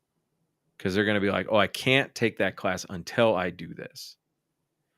So I think the point you're making is that this class is not supposed to be everything about safe, responsible gun ownership. This is a very specific part of safe, responsible gun ownership. And yeah, there are other things you should be learning and doing. That's not what this class is about. If you want to learn how to properly clean your handgun and you want to go find a class to do that, great. We're not doing that today. Right? If you come in here and you know everything about cleaning a gun, awesome. If you don't know anything about cleaning a gun, awesome. I don't care either way, because we're here to learn how to shoot a bad guy efficiently and consistently, and not much else. Yeah. Yeah, Go ahead. I think with the idea of a 101 type class for gun handling and defensive use of a firearm is counterproductive, because all of that should be in context. Correct. We should be doing that in the context of you actually having to do it. Correct. So if we take you aside and be like, okay, here's how you rack the slide, and well, no, why don't we just learn how to do it as if somebody's attacking you? So, and this came up for me when we were doing the 101 class, and I was having Randy help me teach those. And I came to the conclusion very quickly, this is probably counterproductive. Yeah. Some of it I think you could do it in a productive way, but I think a lot of that stuff is, like one of the things you run into on the range is people treat it as if it's the range. Well, that problem is going to be compounded if you're in a classroom doing that stuff. Nobody's going to be treating it as anything close to real if you're sitting in a 101 class learning how to, load and unload the gun. So this is like what I mean when I say that this program is not super wide, but it's super deep, because all the instructors that participate in this program think about this stuff constantly. And they they have these conversations, and they play this out in their head, and like, what are we risking if we do it this way? What's the benefit if we do it this way? What need are we not meeting? And, all of that stuff. Whereas, when I first started as a firearms instructor, it was like, okay, that guy's teaching that guy's teaching that, and I think I could do that. It's like completely different. So yeah, I don't know. Yeah, no, that's just it, is this wanting to take, and it's a mentality thing. It's, oh, I thought we were here to learn about how to grip the gun. Yeah, but like, I can show you that shit in fucking 30 seconds. Mm-hmm. We'll be done. And then, and also, if you really suck at it, we're going to spend more time on it. Yeah. But if you suck at other things more, we're going to spend time on that stuff. Correct. If your grip is good enough, we're going to spend our time doing the other things. Correct. Yeah. Because it's, now, again, there are some humans that show up and like, okay, you need to take, go to the range with another instructor, not us. Yeah, you basically want it that if they're going to shoot themselves or somebody else, that it doesn't happen on your watch. Just fucking go somewhere else. Right, because here's, I posted on Rally for Our Rights. And what I posted on Rally for Our Rights, I don't know if I can bring it up, but if I can, I'll show you guys. but it was basically talking about instructors who are getting verified in every fucking county for no fucking reason, and how that's becoming detrimental. How that's going to become difficult for us to fight. And somebody made a comment on there, and I'll see if I can find it, and we'll see if you kind of agree or if you don't agree. I don't post on my shit all that often, but here we go. Let me see if all the porn tabs are off. Chicka-doo. So this comment right here, can you see it? Yeah.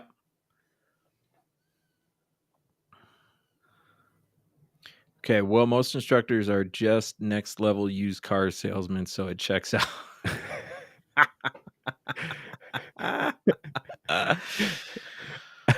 Oh, So, and it was just the post. Instructors were getting verified in every county. are you an admin on there, or how did you post? Oh, you just posted on their page. I just posted on their page. Yeah. Okay.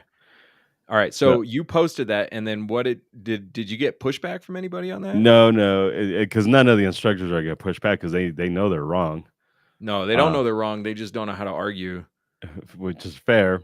And when he posted that, when he made that comment, like, one, I had no response to it because I want to be witty, but like, haha, and like I have no argument because it's 100% true. Mhm. But I think that's the type of shit that makes students believe that this is a progressive or successive thing. Training should be successive. I Step think one. both. You could use either word there. And it's not, right? Like, self-defense is not either one.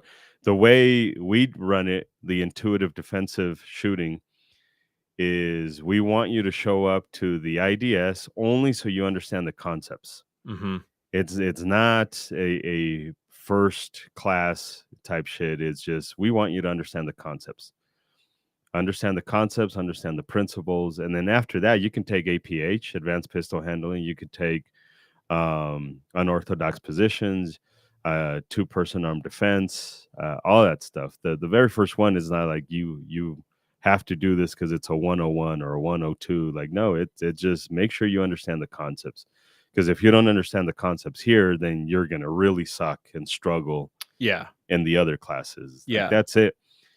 But it is 100% true, and I'm starting to become very, very vocal about this, and I struggle with it because a lot of our friends run businesses that are on this model, and hopefully they take it just as a challenge. But when you have instructors who sell you on 101, 102, 103, 104, I get it. Some students want to learn how to clean their gun, and fuck it, if they'll pay for it, why not do a class on how to clean your gun?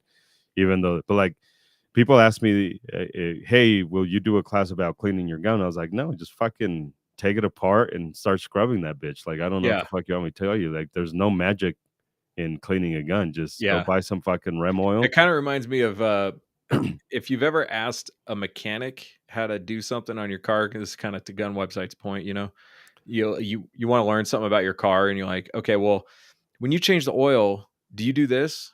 And they're like, well, I kind of like to do it like this. And then you go talk to another mechanic, and they're like, dude, don't ever do that. And you go talk to another mechanic, it's like, yeah, well, it depends on the car.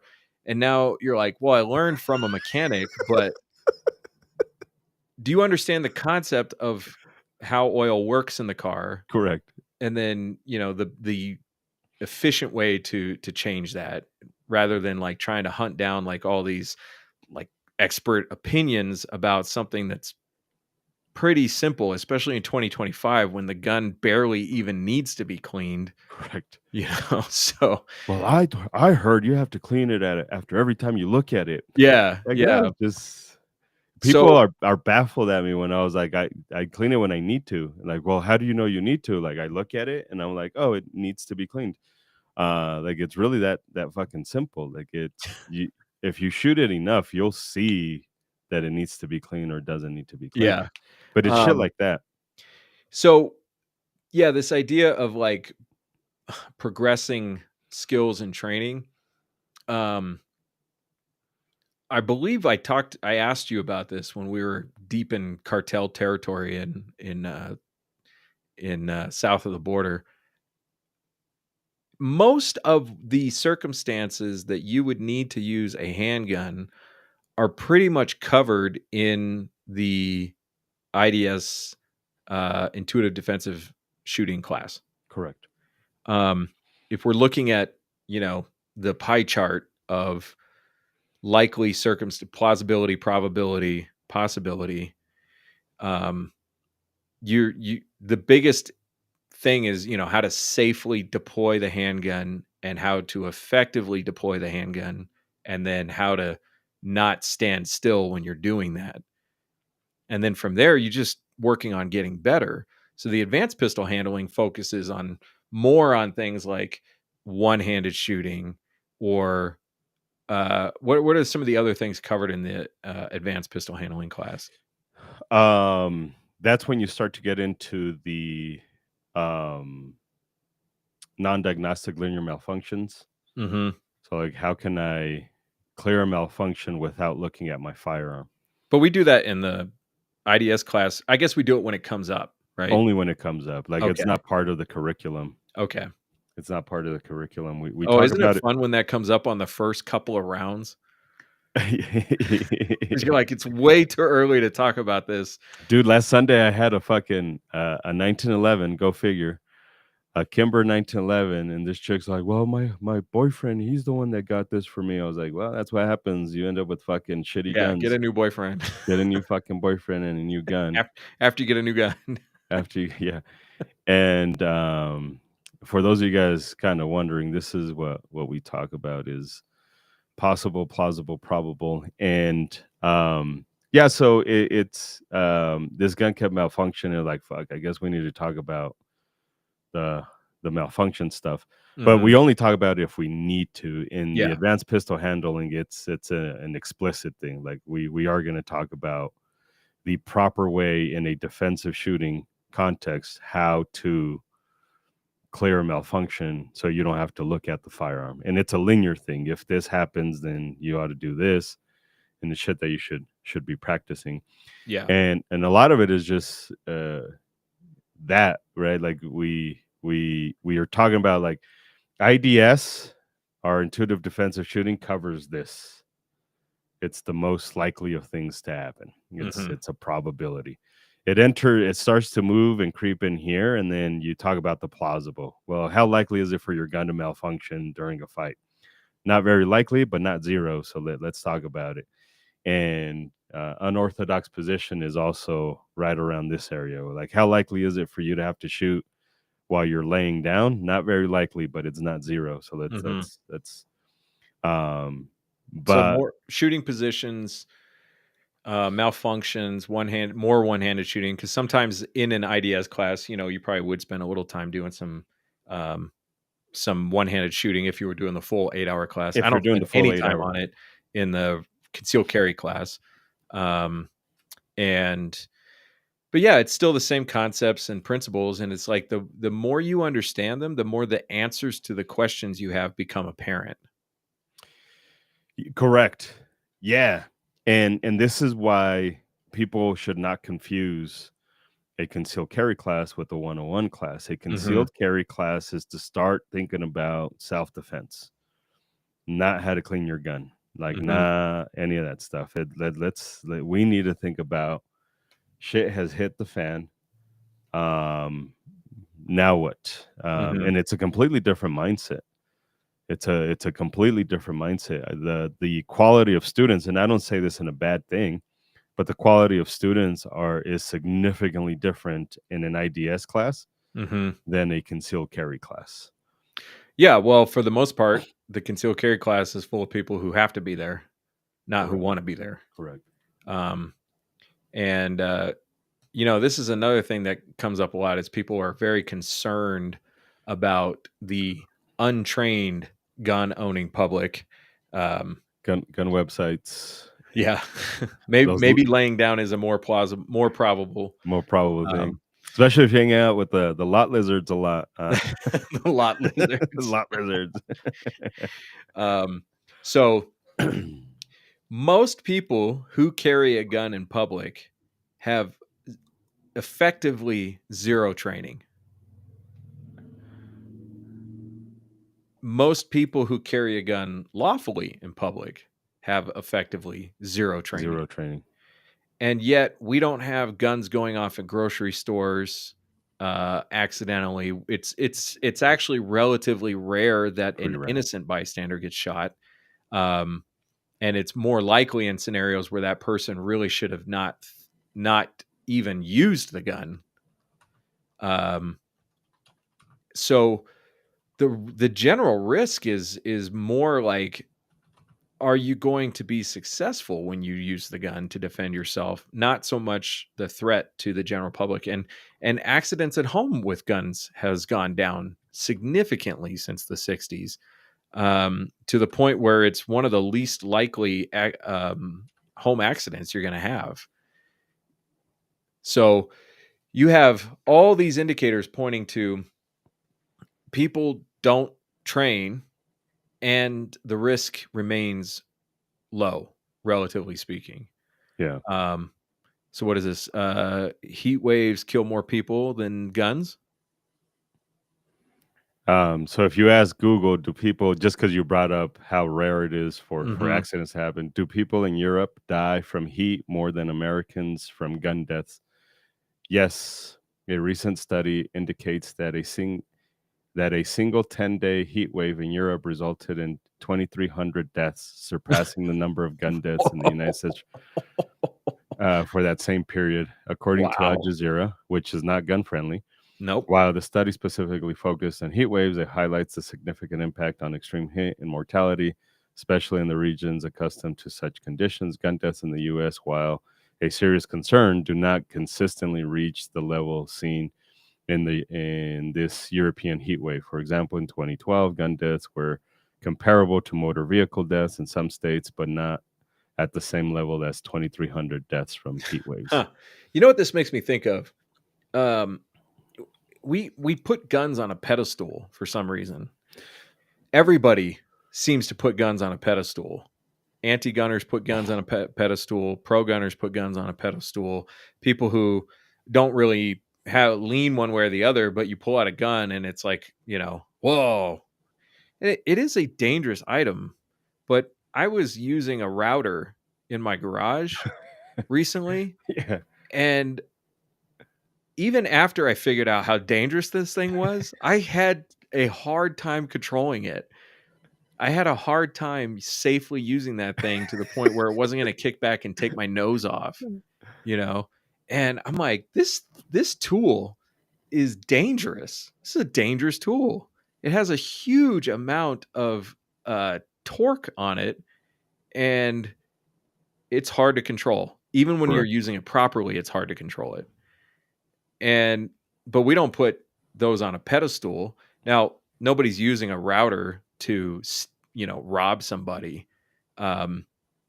Guns do represent risk, but I think we put the gun on this pedestal like it's insanely dangerous or it's insanely powerful. It's going to protect me from every bad thing that's going to happen, or it's going to get up on its own and commit its school shooting by itself. And I don't know. I think we just need to calm down a little bit. Correct. On both sides. Correct. It's just a gun. It's just a gun. And just a gun. If we have the right attitude about it, it's a surprisingly safe thing to use when you're using it responsibly. Whereas I feel like the router, even when you are using it responsibly, wants to kill you. It's like it's got its own free will. Well, once you turn it on, like that engine's going, that motor is going. Yeah. Like you're kind of at its mercy until you turn it back off. Like the gun, once you stop pressing the trigger, like it's done. Like you control the action. The router, it's kind of doing its own thing. I was using an angle grinder, and I became acutely aware that if that blade broke, it could kill me. And I had no idea if that blade was going to break. Oh, those So things get spicy. I actually put on like a whole lot of PPE because I got real scared of this. The more I used it, the more I realized how dangerous this thing Fucking was. liberal. You Yeah. and your PPE. Like, you hey, you should stu- have to take a class to use this thing and get a license and only have one blade at a time. at a time every 30 days. Yeah. But yeah, I think we tend to treat the gun as like this talisman on both sides of the issue. And it should be respected as the potentially dangerous item that it is, but it's not this magic thing. Um, and that goes to new people as well. You need to understand this is just a mechanical device. And if you learn the basics of how the mechanical device works and you have the right mindset when you're handling that mechanical device, it's actually a pretty safe thing to have. And it's even the most complex of guns, the hammered guns, are still relatively simple pieces of equipment. They're not super complex. And I think to your point is people think is just this very complex piece of machinery. I was like, no, it's just a couple bars, some springs, Yeah. and a fucking needle, and it goes boom. Like Yeah. it's pretty simple. To gun website's point, guns equal individual freedom, so they figure guns must be taken away as a symbol. I think you're talking about a really small group of people. Most anti-gunners, at least the ones that I've met and a lot of the ones that I observe, they really are scared of the thing. They really do think that it just represents too much risk for not enough benefit. The people who really want to take them away because they know that you can't be subjugated until we get your guns out of your hands, that's a pretty small group of people, a powerful group of people. But if we're just looking in general at the way that people look at firearms, I think that's not a very big group of people.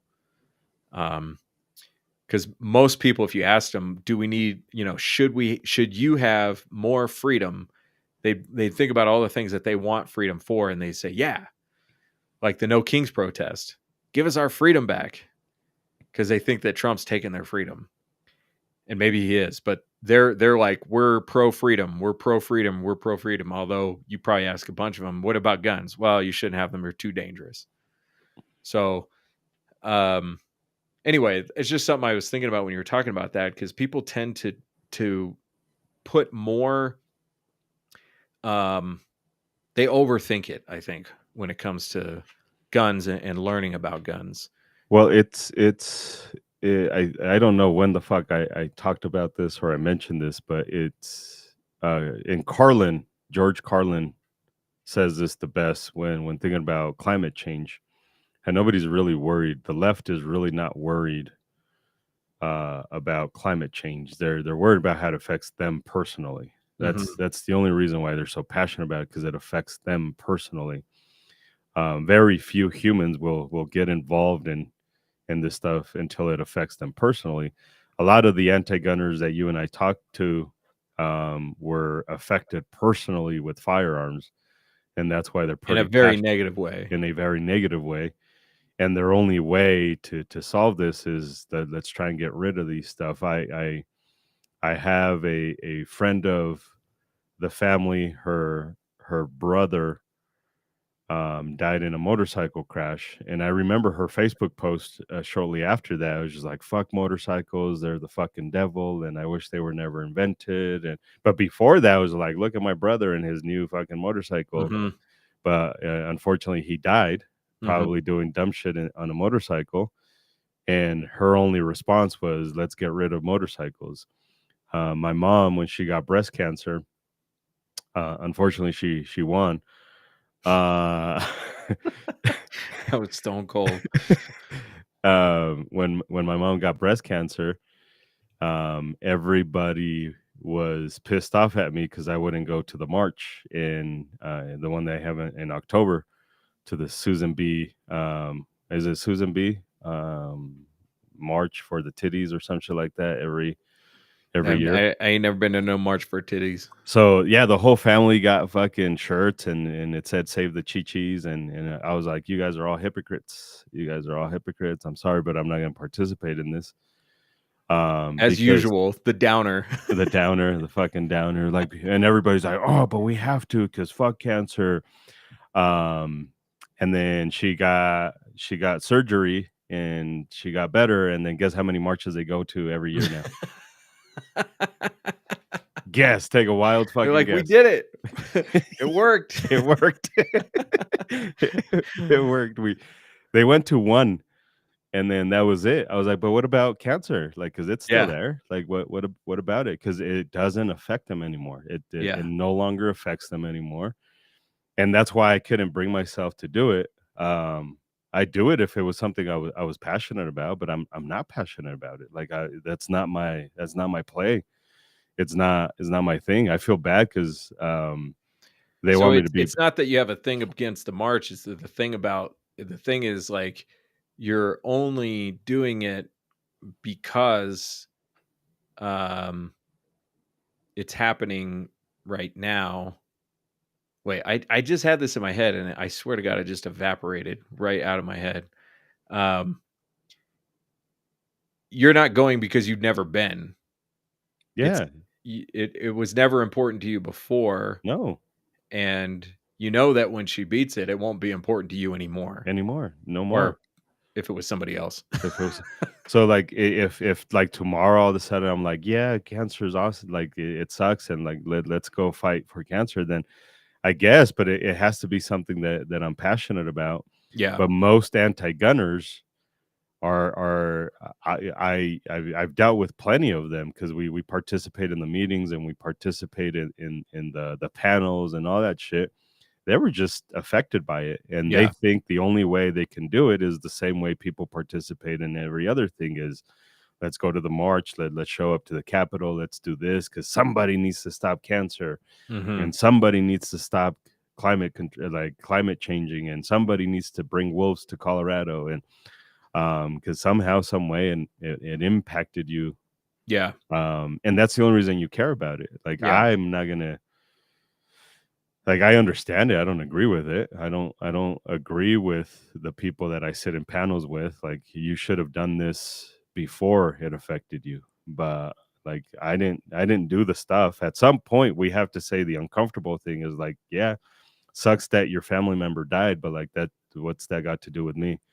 And I say that uncomfortable thing in pretty much every class when I talk about gun laws, because we're definitely at a point in Colorado where if you bring up gun laws in a gun class, you are going to hear some pretty angry opinions.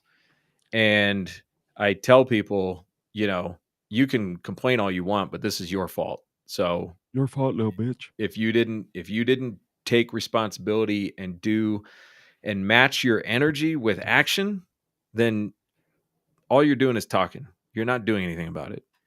And we don't have time in the class to listen to you cry about something that you're not willing to do anything about. So that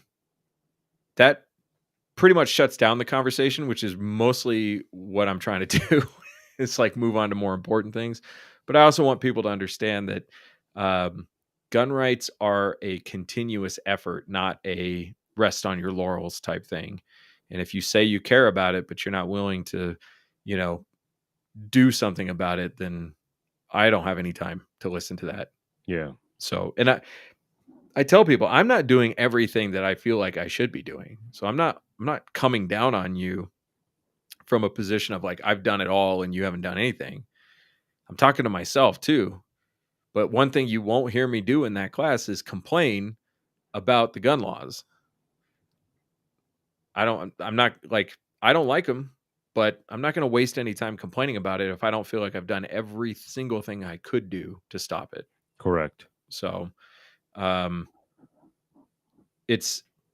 think that it's easy, and that's why people do it. People love easy, and that's a evolutionary trait. This is not a slight against people.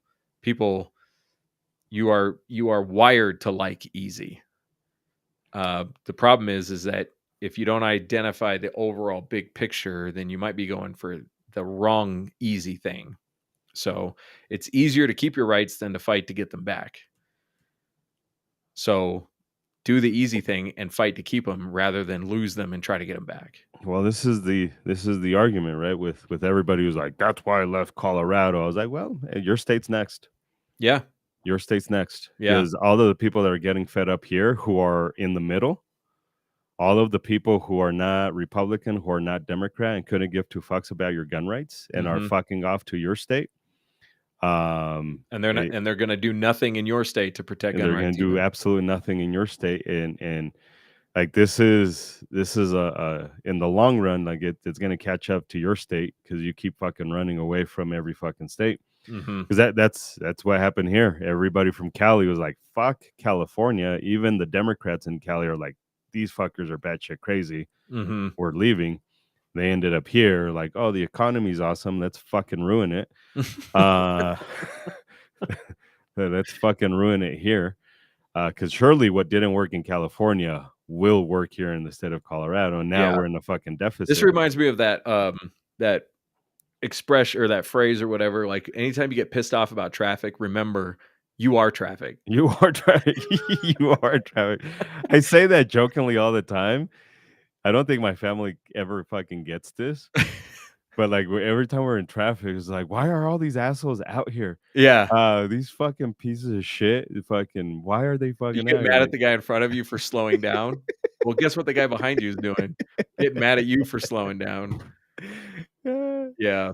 But I think it's possible that this last round of bad gun laws might actually mobilize some people. I don't know. I'm not optimistic. I'm just leaving the possibility open, I guess, in my head. But we'll see. I think I still think we have it too good and too comfortable. People, I don't mean that things are where they're supposed to be. I don't mean that it's okay that we have this assault weapons licensing and these stupid requirements and everything. But I do think we're still too comfortable where we're at for people to actually do anything. So I think, well, we don't have much left. Here in the state of Colorado, at least, we don't have much left. What do we have left? Roster? They could start banning concealed carry in more places. Registry. They could do a firearms registry. They could do a license to buy a firearm. So I will say this, and if this gets in that Discord or whatever the fuck it's called, in the signal, people are going to be upset. But like, this is where the fear mongering, I think, is detrimental to all of this, because they passed the assault weapons ban that turned into the license to purchase, and then people are calling that a gun registry. That's a gun registry as a gun registry. So next year, when people are like, "Hey, let's fight gun registry," they'll be like, "Oh, we already have one. We already have one. It passed last year. RMGO, Big Titty McGee, fucking." Have you ever seen that video, dude? I have. It just popped into my head. Have you ever seen that chick in New Mexico get pulled over and then she's crying her eyeballs out? She's like, "It's because I'm scared. My husband used to beat me." No, I haven't seen that. Go watch it. It's a DUI stop of a chick in New Mexico. Like, what the fuck? She got pulled over, and it's all over the internet. Like, when you see it, like, oh, that's her. I'm starting to realize that every body cam video of a drunk chick getting arrested is basically the same video. Basically. yeah, for sure. So, yeah, you just told them. You just send out emails to try and raise money about how this was a gun registry, and then next year when it's a real gun registry, because I'm sure it's coming either next year or in a few years, here in the state of Colorado, people are gonna be like, "No, well, you told us last time, and you told us that I thought we already had a gun registry." Correct. Yeah, and you told us we lost, so why are we giving you money again? So like, it's this. That's the problem with fear mongering, and that's the problem with people trying to scare just to raise money.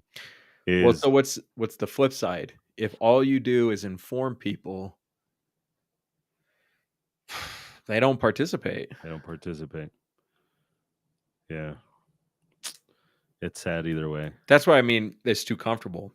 It has to get really uncomfortable for people to pay attention. Yeah, we just And need this bitch then to it isn't collapse. about scaring people or informing people. It's just like now we're at the point where you got California gun owners who are pretty involved locally. Like there's a lot of coalitions, there's a lot of activism. Unfortunately, it's a corrupt state, so they're never going to make any progress. But I think that you see more participation and mobilization once people realize that they've taken pretty much everything from you. That's the cycle. There's nothing you can do about that.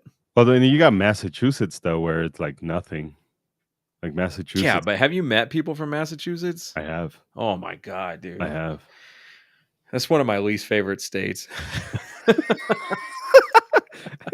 You live basically there, didn't you? Yeah, Like, yeah. I mean, I'm biased because I lived in New Hampshire. New Hampshire. So Yeah. you have to hate everybody from Massachusetts. But I swear that half of them are literally retarded. So you could say that is also true in Vermont, Maine, and New Hampshire, though. So And New Jersey. yeah, definitely New Jersey. But yeah, it's I'm very zen about. By the whole way, thing, stay like, tuned for our classes in all those states. We Yeah. just I mean, I'm pretty zen about the whole thing. Like, I'm content to fight where we can fight and to do what we can, and not let it, make me miserable and cry. I'll be miserable and crying when we can't get any food, and there's drones dropping mortars on my house.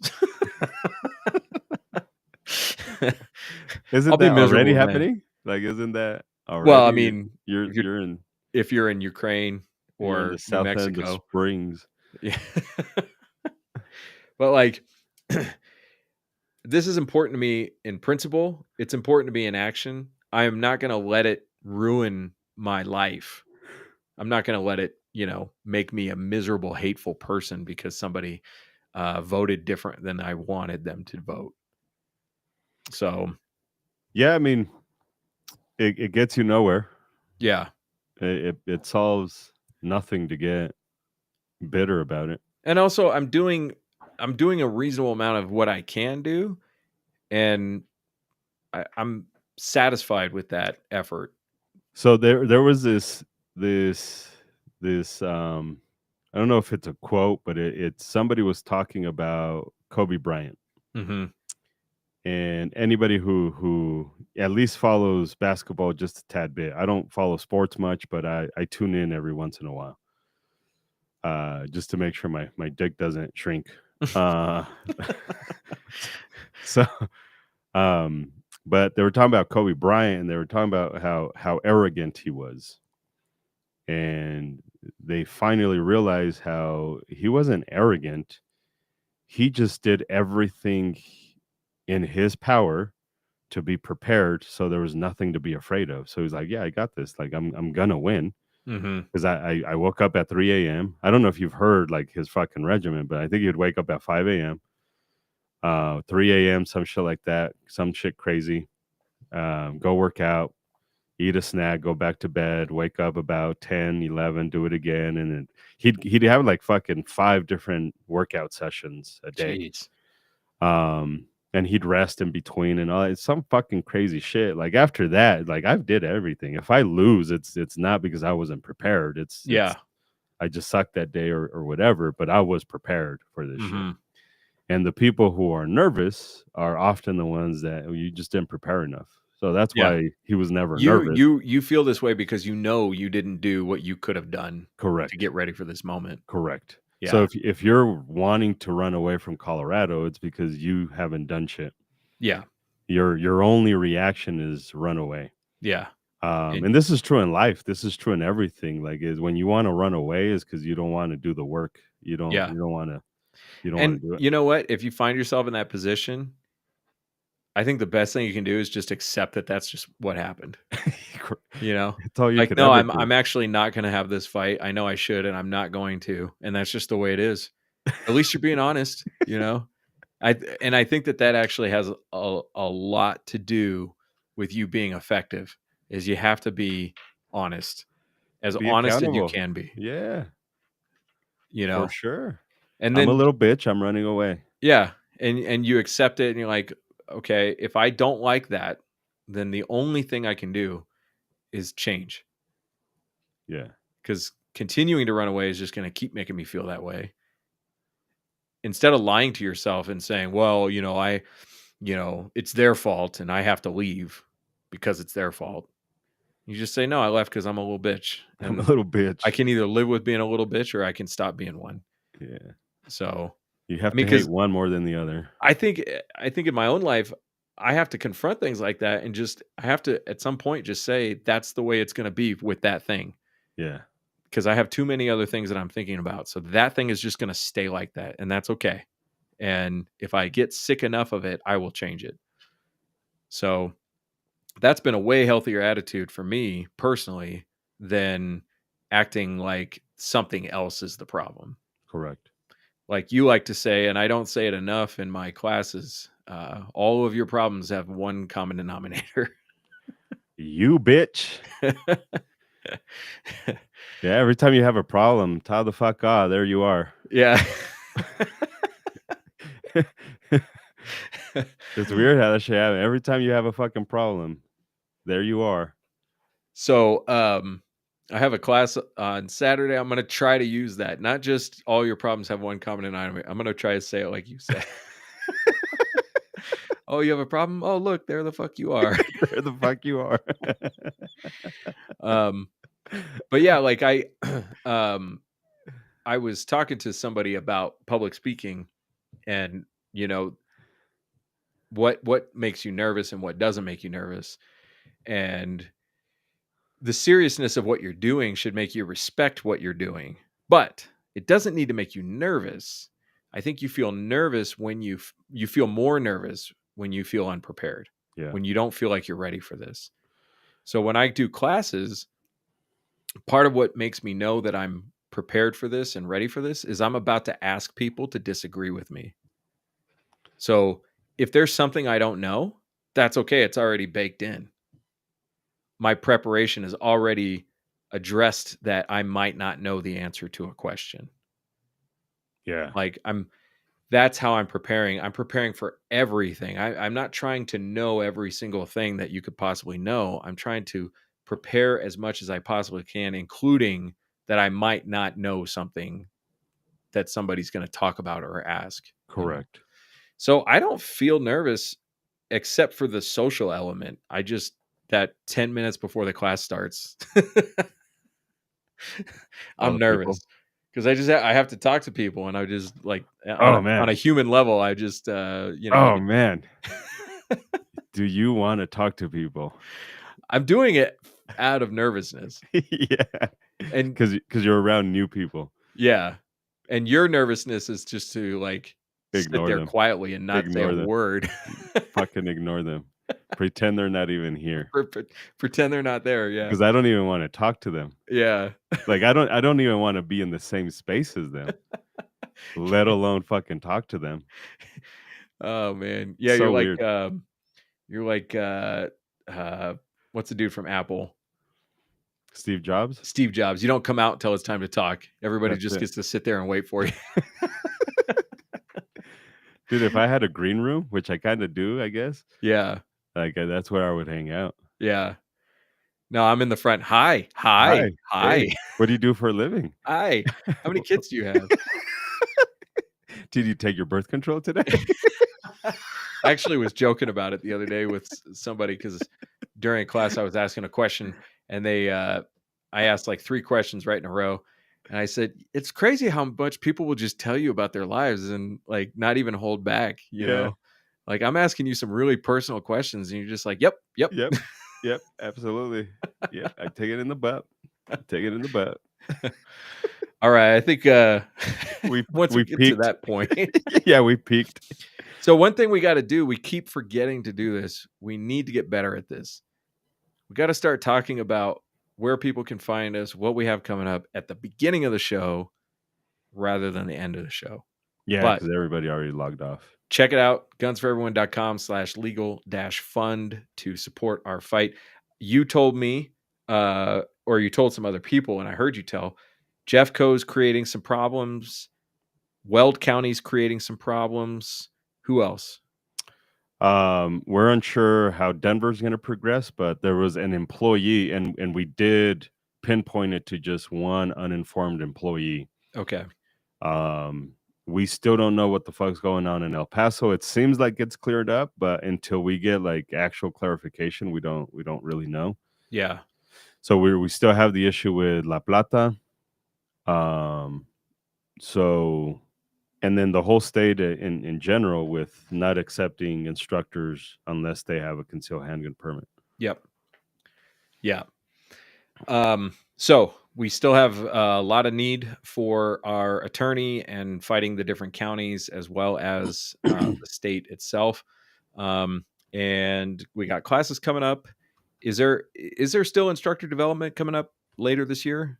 Yeah, we will have something coming up, but right now the tour's going on and some shit had to be shifted. So now we're trying to figure out where to plug it in. Okay. But we will have instructor development here in the state of Colorado. We'll also have instructor development in Michigan. And I'm sure we'll have one in Reno as well. For those of you guys that are interested, send me an email, info@gfenational.com. So it's really not me. It's because I don't want to really talk to you. But if you're interested in becoming an instructor, society needs better instructors. I'm going to be more and more vocal about how shitty the USCCA and the NRA do at developing instructors, because all they care about is membership. All they care about is money. We don't. We're not a pay-to-play organization. So, like, you don't have to do 20 classes a year for us. You don't have to pay us yearly dues and shit like that. You pay for the class, and that's it. And if you fail, you get to come back and do it again for free. So like even there, we have about even if you pass, you get to come back and do it for free. Even if you pass, you come back and do it for free. It's that initial investment, and it's really just to make sure you follow through with the shit. We have about a 50% fail rate, but it's people are able to come back and retest and do all that shit. So it's something that we take serious.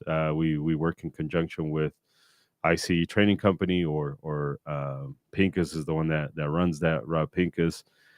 And yeah, we need instructors, we need donations, we need all that shit. So we added Las Vegas and Nevada to our website, gfenational.com. If you go to classes, you can find Vegas stuff, so Nevada stuff. So if you're interested in that, we have the laws up for that. And then we have classes that are going to be they're going to be set up consistently through gfenational.com. Who's teaching? So there's two instructors that are GFE National instructors. One of them, his name is Ken Ortega, and then his wife, Maggie, CCW Maggie, if you guys want to find her on the interwebs. It's really her company. This is a really interesting dynamic because it's her company and she's the main one. And this lady trains Marines at Camp Pendleton, I think is where she does it. She's the only civilian allowed to train the Marines there, which is kind of crazy. But she's the one that runs it. Her husband helps her out. She's got a few other instructors, but it's funny. I just saw Ken Ortega on a news clip. Yeah. Because some open carrier got his gun stolen from him and killed with it. Yeah. Yeah. That happened in the Vegas area. Yeah. Yeah. So Ken Ortega is one of the GFE National instructors, and then Maggie is another GFE National instructor. So if you're in that area and need to get your permit, check that shit out. The Guns Forever National thing is just that we're a national organization. We actually are an international organization, but here in the U.S. we focus more on that. So if you guys want to become instructors through GFE National, hit me up, info@gfenational.com. Perfect. So cool, guys. I think that's it for us. I appreciate you guys. Please help us out with donations. Become an instructor. Join the competitions. We really want to ramp those up, the competitions. Remember, in the state of Colorado and a few other states, that qualifies you to obtain your concealed handgun permit. And this is in lieu of the class. This is in lieu of the class. So it's not in addition to, it's in lieu of the class. So anyways, appreciate you guys. Thanks for being here. Oh shit, Tisha had to say stuff. It's funny when I said, does Tisha want to be on the news? You just laughed. No. Oh, she couldn't. You think I'm quiet and don't want to talk to people. She buckles. She'll get so nervous. There's been times where I was running like a minute or two late. I was like, hey, Tom, I'm going to be late. I'm so sorry. And oh my God, you watch the video. And she's locked in the office. She's like, oh, he's running late. No, she'd get embarrassed. She's shy as fuck. But anyways, I appreciate you guys. Thanks for listening. Share it. Tell people that we do this. We're trying to be consistent every other week. So Isaac takes a vacation 1 week, and then we come back the other week, and then I have to fit my vacations between the podcast. Actually, yeah, I don't think I have anything. Yeah, we'll talk schedule. Yeah, so far. So we're trying every other week. I'm gonna try and be consistent because I get that this is probably the biggest downside that we have. You and I have the same motivation. We get super motivated, but we have no discipline. Well, the only thing we have a discipline about is the thing that we care the most about. Everything else just falls to the side. So. Yeah. So, all right, guys. 100,000 students doesn't happen because you're inconsistent. Correct. Yeah. Yeah, for sure. For sure. Appreciate you guys. Tell people about the stuff and the things, and let's grow this bitch just so we could talk shit about people again. GFEnational.com, gunsforeveryone.com/legal-